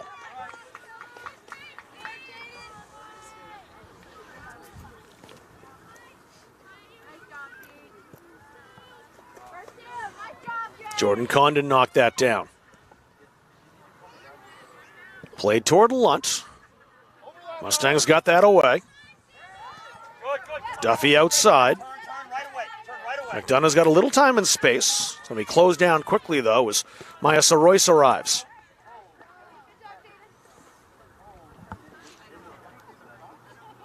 Taken quickly by the Seawolves. Chloe Dean. Got to play once again. Another throw for Southern Maine. Actually scratched that. Lost sight of the ball as it went by the Southern Maine bench. Its last touch by the Seawolves and not a throw in at all. Went over the end line, so it's a goal kick. Yeah, that was funny the way you were calling it, Rob, and then the ball came flying through the air. I was kind of going on a guess there, actually, because you can't see through the players. And it's one of the blind spots we have here. Yeah, down the touch lines on the near side can get a little dicey sometimes. Yeah, actually, you folks see it at home a lot better than we can. We're back just a little bit from Andrew's camera, and he can get down the sidelines a little bit. At field level, you just can't see over the players. Yeah. Leah, just go make contact. CJ, we need you. CJ, we need you. Go. Played ahead toward Lake and Hink. Settling in the area, trying to volley. Second chance. Ambrose there, shoulder to shoulder, knocked the ball away. Good, CJ. Ambrose has been a solid defender. She's been very good today. So they really impressed with her game. She has limited the touches and chances that both Tracy and Hink have had. Lunt. Biddings Augustine. Has help arriving from McDonough all the way across the field. Annabelle Fournier's also there, but so is Lake and Hink. Fournier can't pass that through Emily Dillman, who had the passing lanes clogged. Duffy ahead. This might get through to McDonough. And she was beaten to it. Nice touch down the touch line for Sir Royce. Sir Royce bouncing off a challenge. Sir Royce will get a second attempt. And the foul called on McDonough, who got tied up. Just legs being tangled. Two players going for the ball and a free kick for Central Maine. Get to your spot and then you can rest. Audrey Dillman will take. Sir Royce had a loose wheel, had to go in for a pit stop. All set now. Recover back. Heavy touch by Tracy. Might recover here. Just beaten to it by Biddings Augustine. Eastman. Shielded away by Dillman. Played ahead. Tracy's got some space. The ball going away toward the touchline, though, allowing Condon to catch up. Actually scratched that Ambrose. Got all the way through. The flag's up. Wouldn't matter. Blue one's offside. And a free kick for Southern Maine.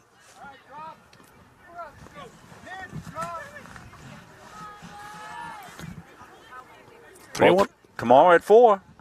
Same time, same bat channel. We'll be back with it. One blemish on the men's team's record came to the Seawolves, and they'll get a rematch here in a game that's a conference game. Well, that's going to be a big one. Oh, it's huge. Just as big as this one is. Weather looks good, and going to be a great day for soccer.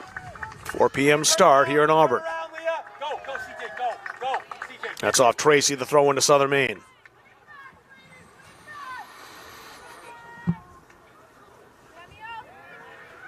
Turned nicely by Lunt.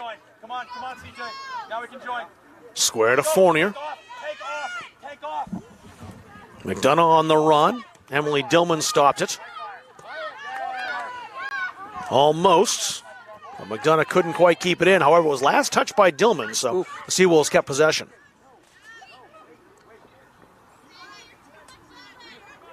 That was a little surprising, I think, to everybody.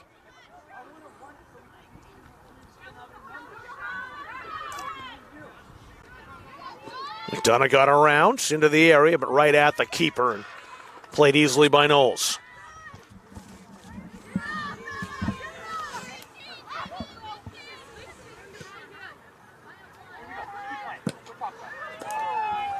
Sir Royce blasted out into touch. Battle of twos won by Hill this time, but Sir Royce gets the throw.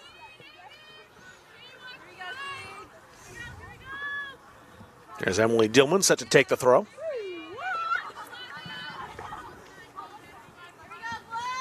Lexi Finn. Jordan Condon just picked her pocket. Hink had it stolen away by Fournier. Played down the flank toward McDonough. Chloe Dean there trying to shield this out. And does for the goal kick.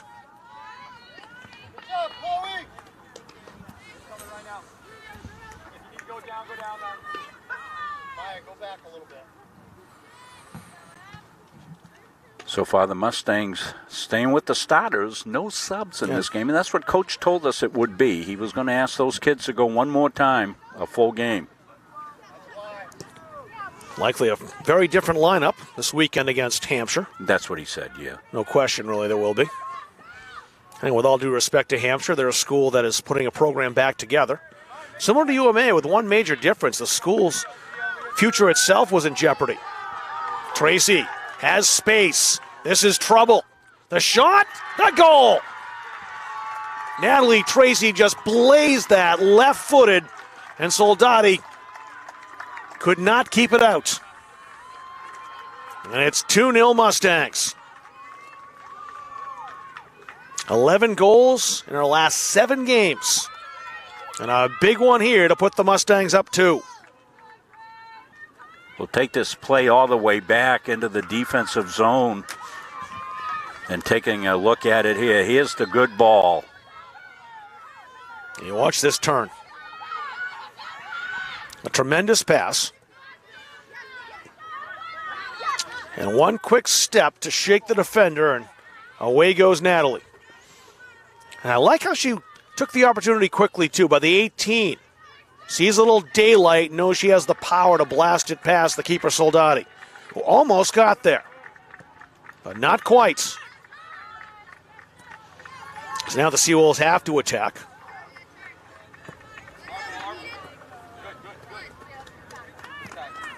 Hill on the throw-in. Biddings Augustine. That'll stay with the Seawolves.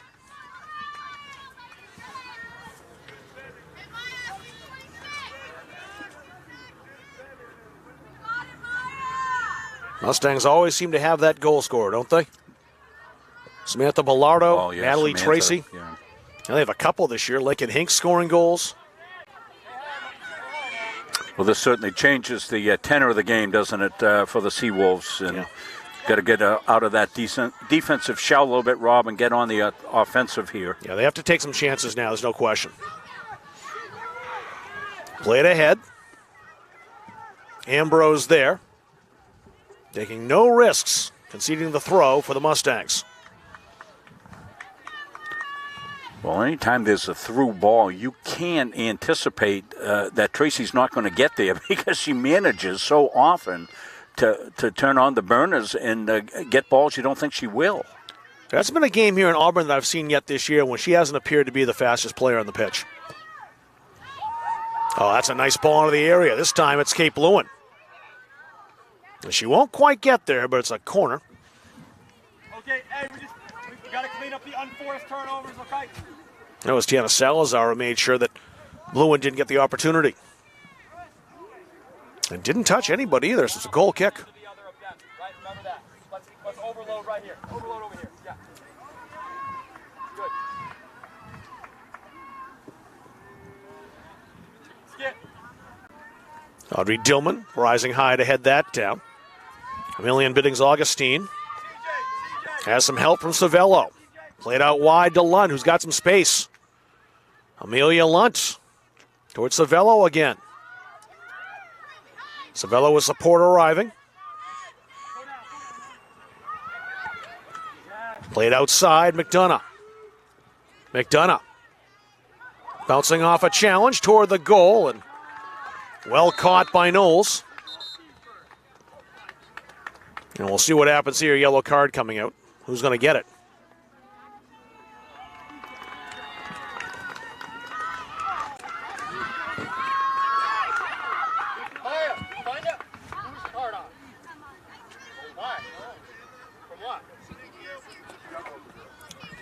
So Emma Knowles gets the card. Second yellow card for the Mustangs. Just didn't appreciate the close contact by the Seawolves, apparently. And let one of them know about it with a bit of an elbow. So she goes in the book with Lexi Finn, who was given a yellow card in the 14th minute. Yeah, Lexi's been solid since then, though. She's been playing smart. Ooh. Big collision by Emily Dillman. Took down Biddings Augustine. Leah Hill over to take the throw for the Seawolves. Millian Biddings Augustine headed that a little too far ahead, allowing the Mustangs to clear. Now it's Tracy. There's some space out wide. A foot race between Kate Bluen and Tiana Salazar, won by Salazar, the sophomore for the Seawolves. Hank stole it away, but couldn't keep it in play. It's out for a throw.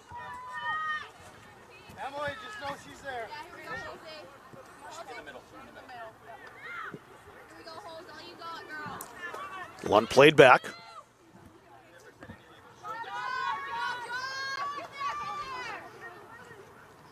Dillman played to the wing. Turcotte. And it's a Mustangs throw.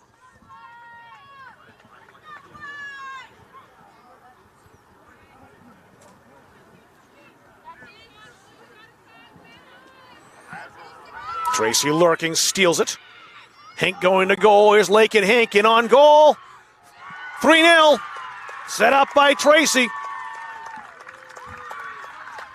And the Mustangs pulling away.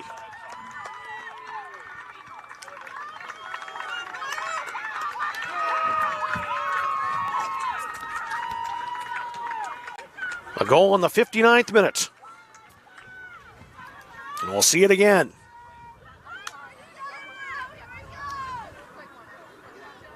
Just that quick step to get by the defender. And perfect placement on this pass. And Lake and Hank, number 11. Leah Hill does her best to catch up, and really that leaves Soldati in a very vulnerable spot. No chance to save that. Hank scores her second. Now's the time. And now the Seawolves really need a goal, and they need one in a hurry.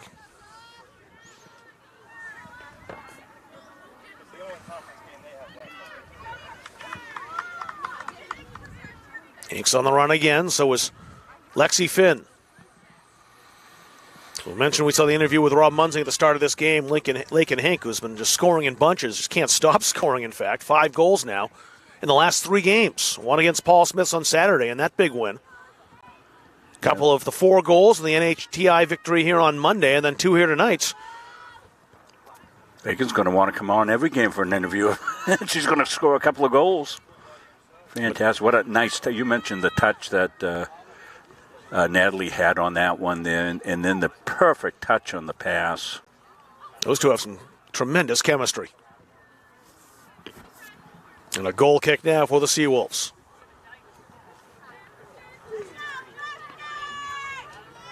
They kept the door barred for a while, the Seawolves team did, after saving a penalty in the 8th minute. But the breakthrough came 3 minutes from halftime, Lake and Hink scoring her first goal. The Mustangs have not looked back, adding 2 more, 1 more from Hink, sandwiching a Tracy tally. Chanel McDonough. McDonough steps past Emily Dillman, edge of the area. Biddings Augustine almost caught up to that. That's Jordan Hulsey who went flying. Hink looking for Soroyce, Tracy as well. Duffy doing the right thing, just playing that out into touch.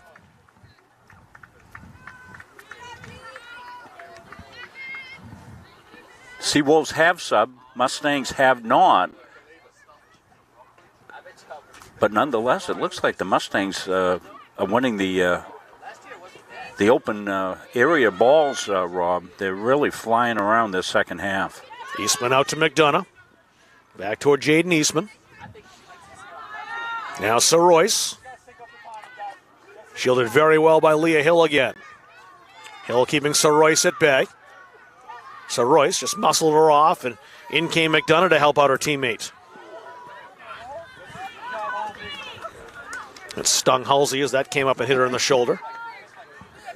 She's all right. She delayed until the play was over, and then she goes, ow. Shook it right off. But she went out earlier with an injury and right back at it. So tough kids, all these kids. Tough kids. From out wide for Kate Bluen. As Salazar advancing. Played back out. Madison Drew stepping up, was beaten to it by Amelia Lunt. Lunt has it here. She'll make a run up the left touch line. Eastman was calling for it. Intercepted by Lake and Hink instead. Flag is up. Tracy's offside. A free kick now to the Seawolves. I think the Seawolves really to have a shot here. Have to score in the next 5 minutes. And 7 at the most. You get down 3 goals with 20 to go. I know this is a run-and-gun team the Mustangs have, but they defend well also. Well, we'll see what lessons was learned. The coach was not happy when they gave up a big lead to Paul Smith, and that's one of the things that they talked about, and making sure that they don't have that happen again. And so this would be a good test for them right here, Rob. We'll see how they respond to it. Yeah, they're up 5-2 in that game after an hour, and then the Bobcats came back to score twice to make a very nervy finish. Over the top toward Tracy again, popped into the area. Lexi Finn's there. The flag is up for offside, however.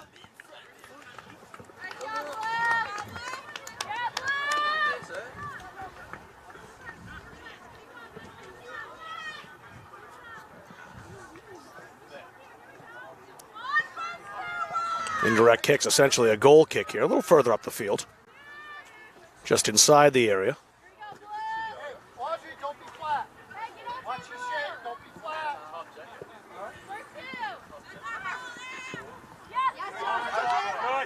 Headed out wide. Played ahead, nifty pass to Jordan Savello. Savello across the field. Here's Luntz firing just over the bar. May have been a little wide as well, but a good attempt by the former Gardner Tiger. Emilian Biddings-Augustine will re-enter the game.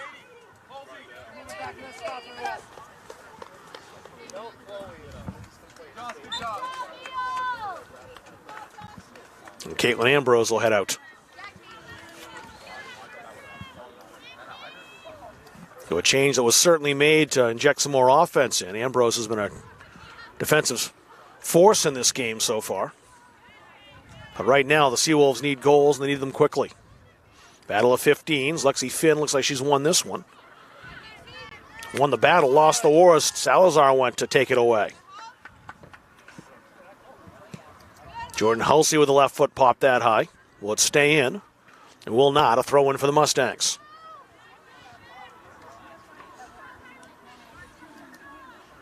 (1-0) at halftime, but 2 Mustangs goals 4 minutes apart.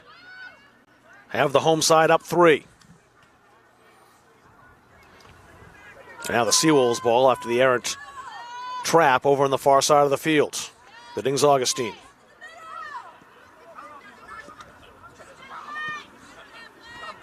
Played into space. Leah Hill there first. Has to contend with Tracy, who stole it from 2 players. Tracy scores! Oh, magnificent goal! What an outstanding solo job by Natalie Tracy. Just stole it from 2 different Seawolves, walked in and scored. It looked like Hill had her shielded off, but Tracy had other ideas. So both she and Lake and Hink have raced today, 2 goals each. Well, watch this play. This is just robbery. Hill outside, tried to shield Tracy off, just cut between 2 defenders. There wasn't any room there. She found it anyway, in possession. Yeah, Soldati, no chance. Great work, Andrew, on the camera. That was beautiful.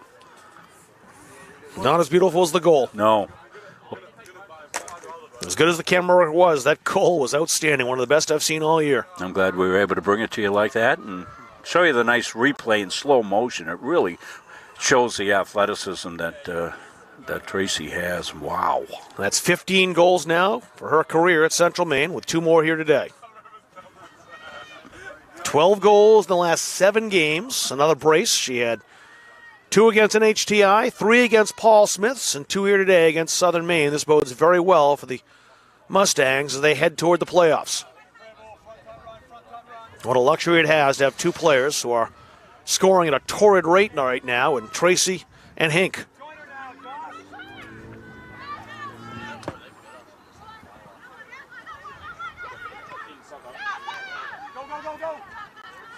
Out wide, Madison Turcotte. Played into space. There's Halsey out there. Tracy will love a hat trick. Can't keep it in this time. A throw in to the Seawolves.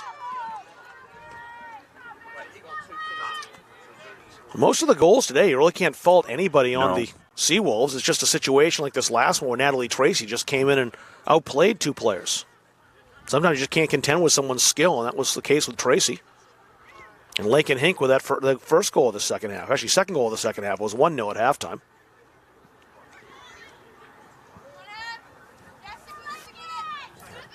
And trying to play that through again. Soldati out quickly, just boots it away.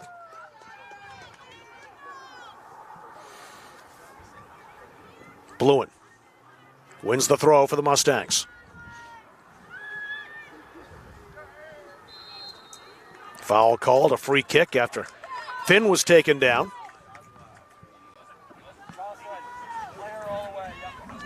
Let's see who steps up to take this. It's a direct free kick. Looks like that's Royce over there. No, it's Bluen, excuse me, number 1. But she'll defer to Audrey Dillman.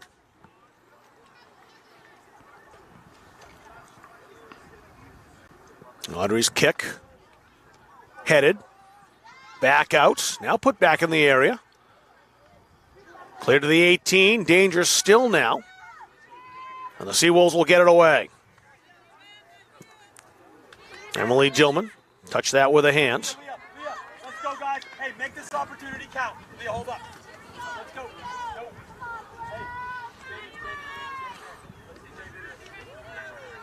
Ev, get a stack over by. Hill to take the free kick for the Seawolves.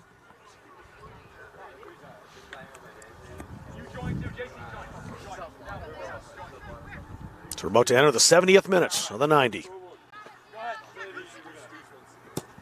On a cool night here in October in Central Maine. Emma Knowles has really owned that area tonight, as she does most nights, and she's out to claim another loose ball.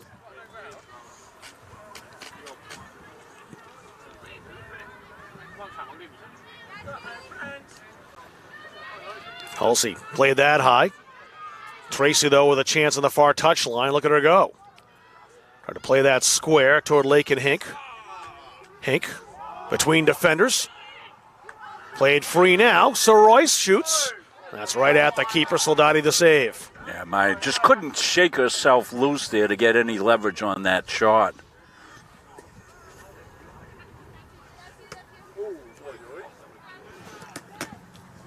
Emily Dillman.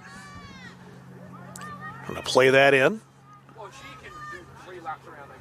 And Natalie Tracy just trying to basically spin around defenders and play the flight of the ball. She's done that a couple of times here tonight.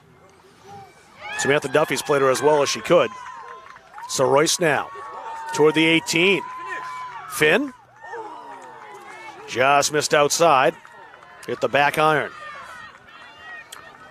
So I'm sure, you had mentioned earlier, Rob, Paul Smith's College. I'm sure some of the folks up there are watching this game, not going how they want it to go, but looking forward to an outstanding YSCC final here, and we'll have it here on Munson Media. Really looking forward to that. We've done basketball before, but... Ooh. Soldati went out. And I think that's Kate Bluen. And it is. And collisions with the keeper at each end. Bluen looks like she's okay. Caitlin Ambrose re-entering.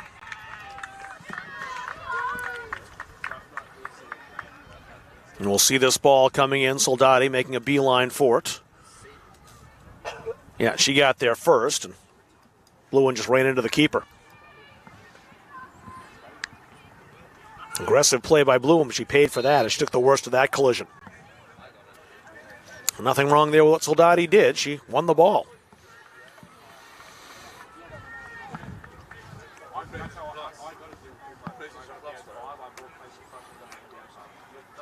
And that's part of the beauty of replay, Rob. We can show you a replay like that, and, you know, you get emotional as a fan sometimes, and you wonder why there's no call or something like that, and you get to look at the replay, and then that kind of diffuses everybody because they see it, and as you called it, no foul at all there. Yeah, two players playing the ball, and sometimes you have that. They're both being aggressive and trying to make a play.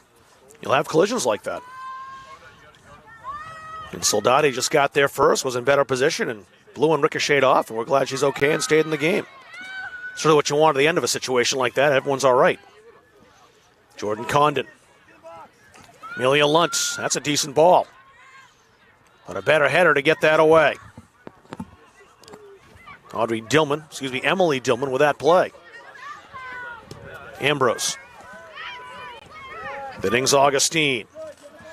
Condon deferred to Chanel McDonough, and her shot ends up behind.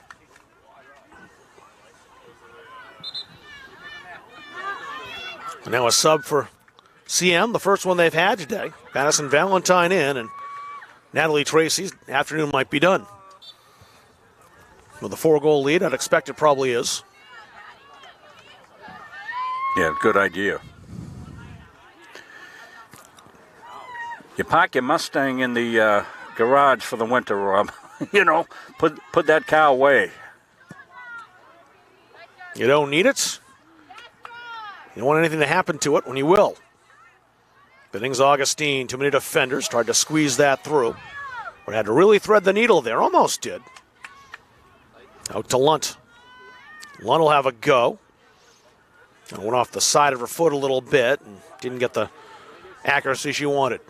I was thinking vehicles, Rob, and I used Mustang, but that was perfect. Oh, yeah, I thought you did that on purpose. I did not, but I'll take credit for it.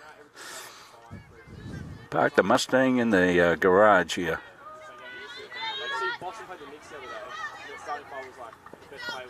That's a throw for Southern Maine. Charlotte Mitchell about to check in. Second sub for the Mustangs. We just saw her former team, the Mount Abram Roadrunners, at Halldale High School on Friday night for a Munzing Media pair of broadcasts. Played down that sideline. There's Soroyce. Duffy trying to keep pace. That went out into touch, and it's a throw.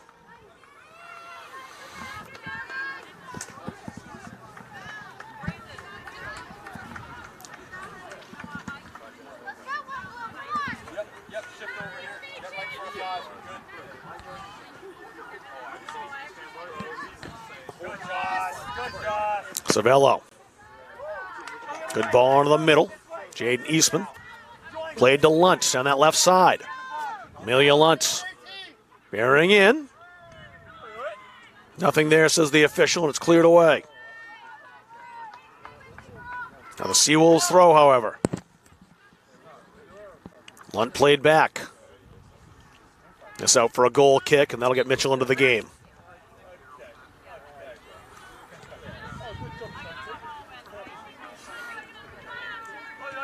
Mitchell in for Maya Soroyce.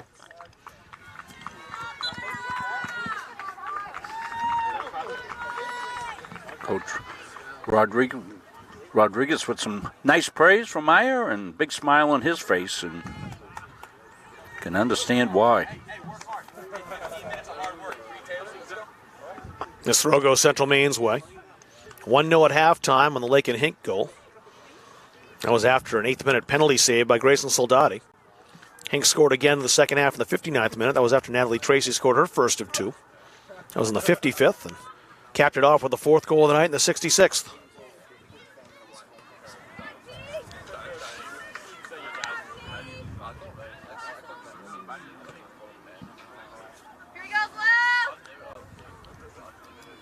Out by that end line. Good tussle going on here, and that might get some cards. And Lexi Finn's got to be careful. She's already on a yellow. This might be her second.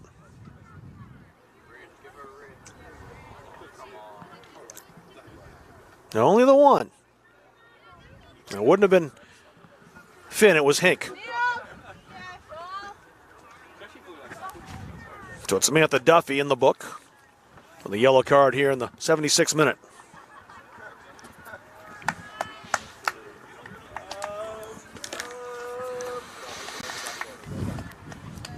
Thought for a moment there might be 2 yellow cards, and that was Lexi Finn who was over there.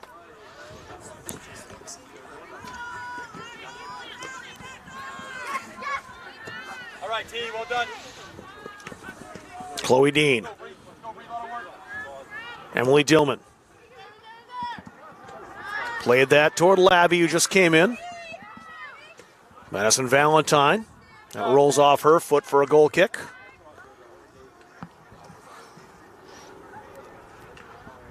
Didn't see Labby come in. She's a freshman from Biddeford. Former Biddeford Tiger. And Duffy will take the goal kick.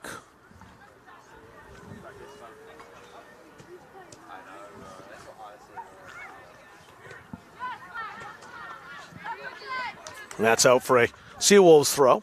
Leah Hill, the former Foxcroft Academy pony, will get back in the game. And she'll take Jordan Halsey's spot.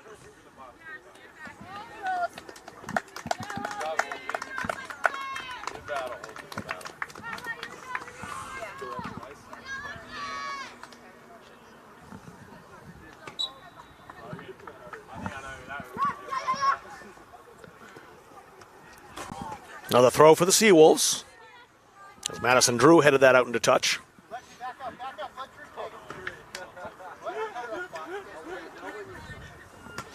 Madison Valentine heads that to the middle of the field. Valentine had her first Central Maine assist in that big win against Paul Smiths on the road on Saturday. Over in upstate New York in the Adirondacks. Yeah, they played that one in the swamp. Yeah, it was a monsoon. I saw some of the pictures that they put up online on the Facebook page, I think, and boy, it really looked like it was wet up there. And as Coach Rodriguez said, both coaches agreed, hey, we got to play this because you've got to get. It's not like this is a SM or UMA opponent. You're going a long way to play this, and a trip back wouldn't be feasible. And it was on grass. Where do you meet in the middle? That's the other thing. I'm not sure where that would be. Yeah, who knows? Somewhere in upstate New Hampshire, perhaps.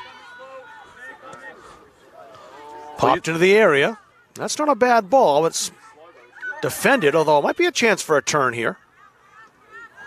The plate away from Jaden Eastman, and no shot in the end. Oh, speaking of that, Rob, you could pull up there at Dartmouth. I mean, you're on ESPN now. They've got a nice field. You made the top 10 countdown yesterday. Rob did. Well, I'd say more. That was Jenna Donahue made the top 10 ESPN countdown, and my voice just happened to be underneath the anchors describing it. That's still awesome.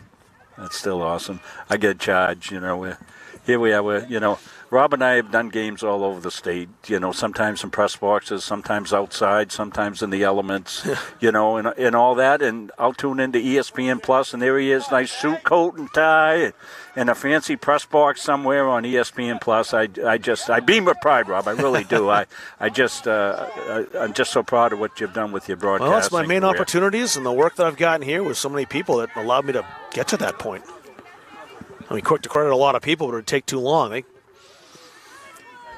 think the one I will credit, though, just because, you know him pretty well, was Don Brown. Oh, absolutely. Yes. Got you started when you're just a young teacher coming back here from St. Louis, and fantastic. Don mentored a lot of folks. There's a lot of guys like that around. I don't know a lot of what to do from Don and other stuff that I'm like, I can't do that. Don had his own system, and it worked for him for many, many years. That's what I kind of learned, too, is everyone does things their own way. Exactly. The way Don put his spotting charts out for football, I could never do. Of course, everybody in the Gardner Tigers by name and all their kids and grandkids. Right, exactly right. He didn't have to write notes. No, there's no spotting chart for the Tigers. He was. He knew everybody's family history and had coached them in youth football, and there's so many things like that. There's Nikki Salvadori coming in now for the first time. She'll get 10 minutes of action tonight. She'll take Cape Lewin's spot. Folks are getting in the game, and the starters did exactly what Coach wanted. He wanted them. If we need to play a full 45, ladies, you got to give me a full 45. And it didn't pan out that way because of some goals in the second half, but it certainly looked like for a while that was going to be the way it was going to go. Yeah. As it, 1-0, 2-0, they just still been in there. It was that 2-goal flurry in 4 minutes in the 55th and 59th minute, and then Tracy made it academic in the 66th.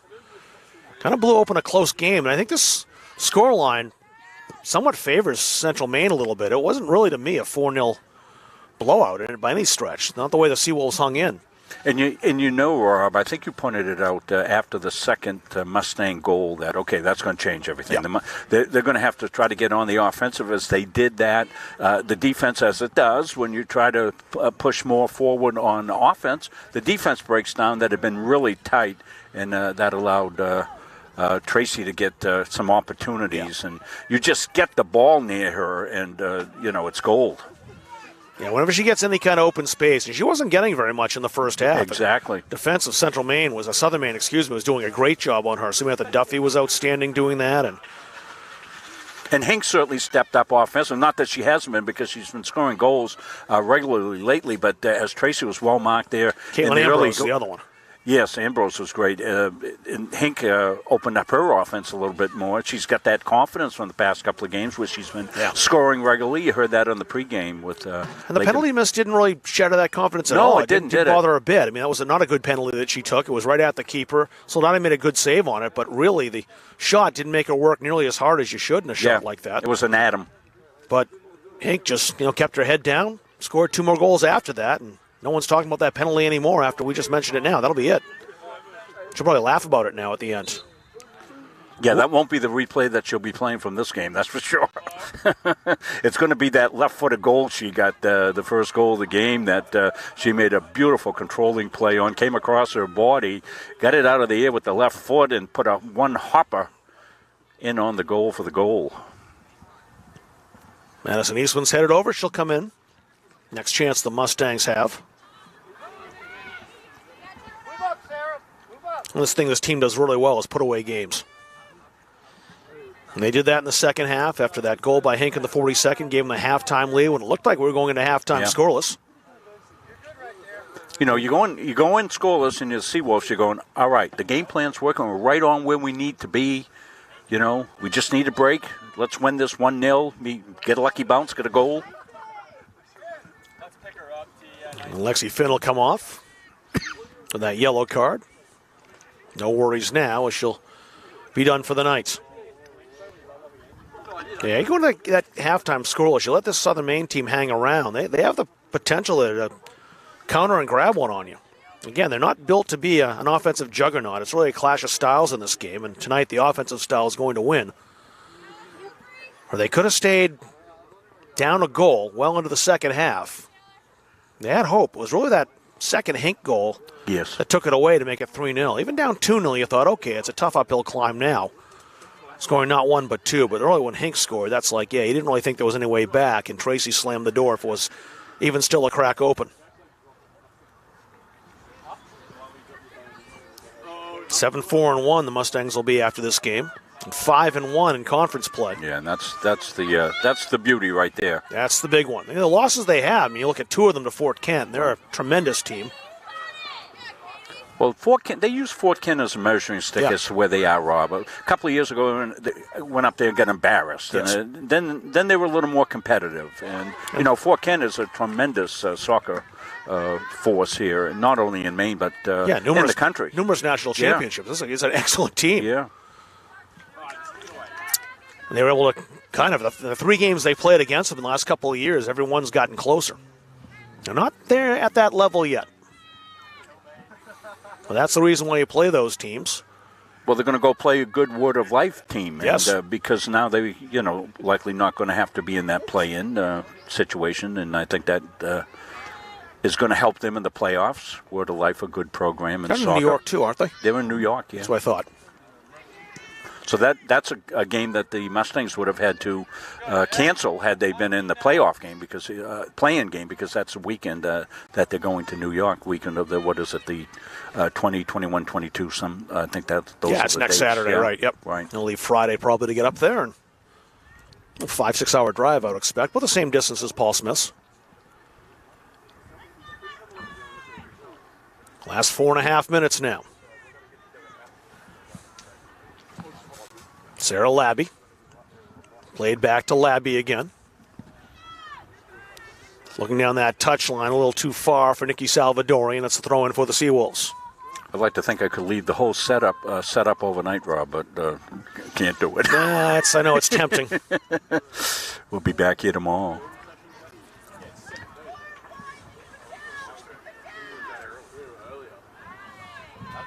A chance in a second for Nana and Timberima to come in. Seeing the graphic, we'll be here tomorrow at 4. These two teams battling once again. But on the men's side this time. And that's going to be a big one as far as the postseason is concerned. Looking forward to that contest quite a bit. 4 o'clock start, just as this one was. Seawolves won the first game 3-1, but this game tomorrow is the conference game, and that's the one blemish on the men's record this year, is that one non-conference loss to Southern Maine, and don't you think those boys know it? On both sides, confidence for Southern Maine, we can beat these guys, and the revenge factor for tomorrow night's home team. the Mustangs got up 1-0 in that one, then gave up 3 goals. So yeah, 2 in the second half. Play it out to the side. Talia Bradbury knocked that ahead.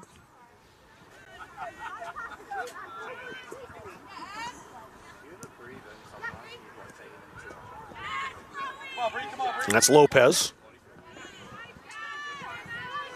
Played down to the defenders. Duffy.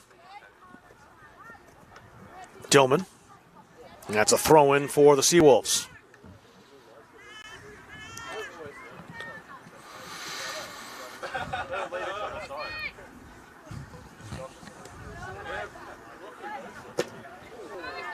A spinning ball, ankles collided. Player down, I think. Let's see who that is. Yeah, it's Emilienne Biddings-Augustine.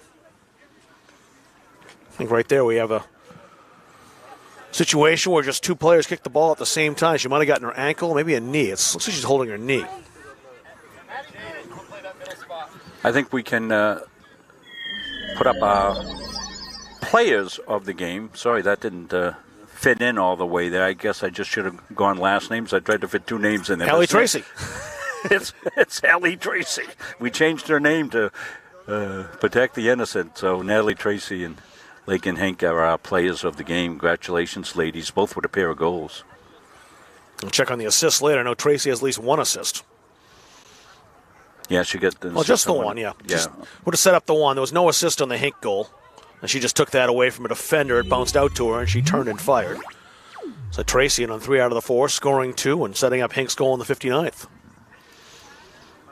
Emilienne Biddings-Augustine's played a good game.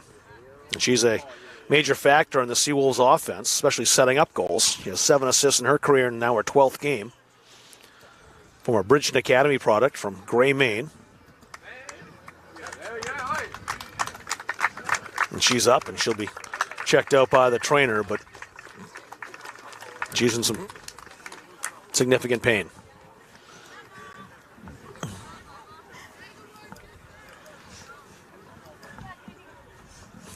It does get Nana and Timberima into the contest. The transfer from Northeastern Oklahoma College, a sophomore, hometown of Accra, Ghana. Bashuto. Stopped by Emily Dillman. As we go under 2 minutes.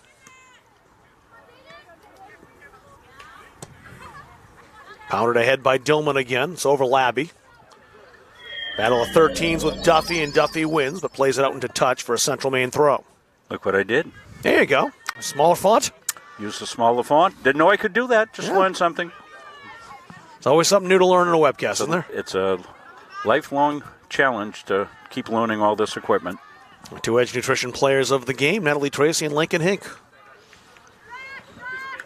Emma Knowles will have a quiet shutout tonight unless something changes in the next 85 seconds. Once again, this Mustangs defense, I think, is underrated.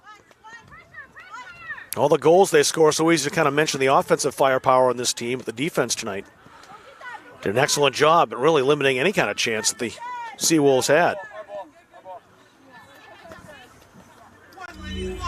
Talia Bradbury taking the throw. Under a minute to go. Emily Dillman right foots that away onto the Mustangs bench for a Southern Maine throw.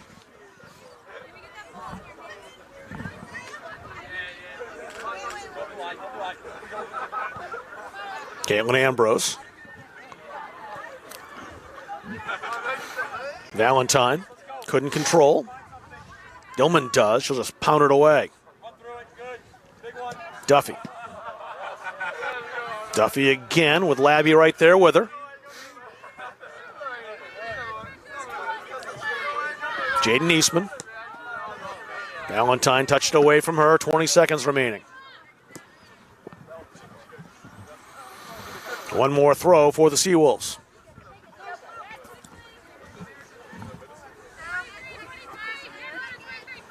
It was a tight game in the first half, but the Mustangs blew it open in the second with 3 goals. 2 from Natalie Tracy. Lakin Hink with 1 in the first and the second. And the Mustangs go to 5-1 in conference with a 4-0 victory over their Southern Maine rivals. Really a game that was territorially dominated by the Mustangs. The Seawolves defense, resilience, held on for the first half. Conceded that goal with 3 minutes to go until halftime, and that's what really changed things. Some happy Mustangs. Yeah, they're excited about this win, and they know that all they have to do now is win on Saturday against Hampshire, and they will take the top spot in the Yankee Small College Conference. And that will bode well going into the tournament, which will be played here in a couple of weeks, 3 weeks, in fact. So that'll do it for our broadcast today. For Rob Munzing, for our entire Munzing Media crew, my name is Rob Kennedy saying so long from Auburn. Our next game coming up tomorrow, 4 p.m. Southern and Central Maine battling on the men's side. 4-0 the final score here. The Mustangs over the Seawolves on Munzing Media.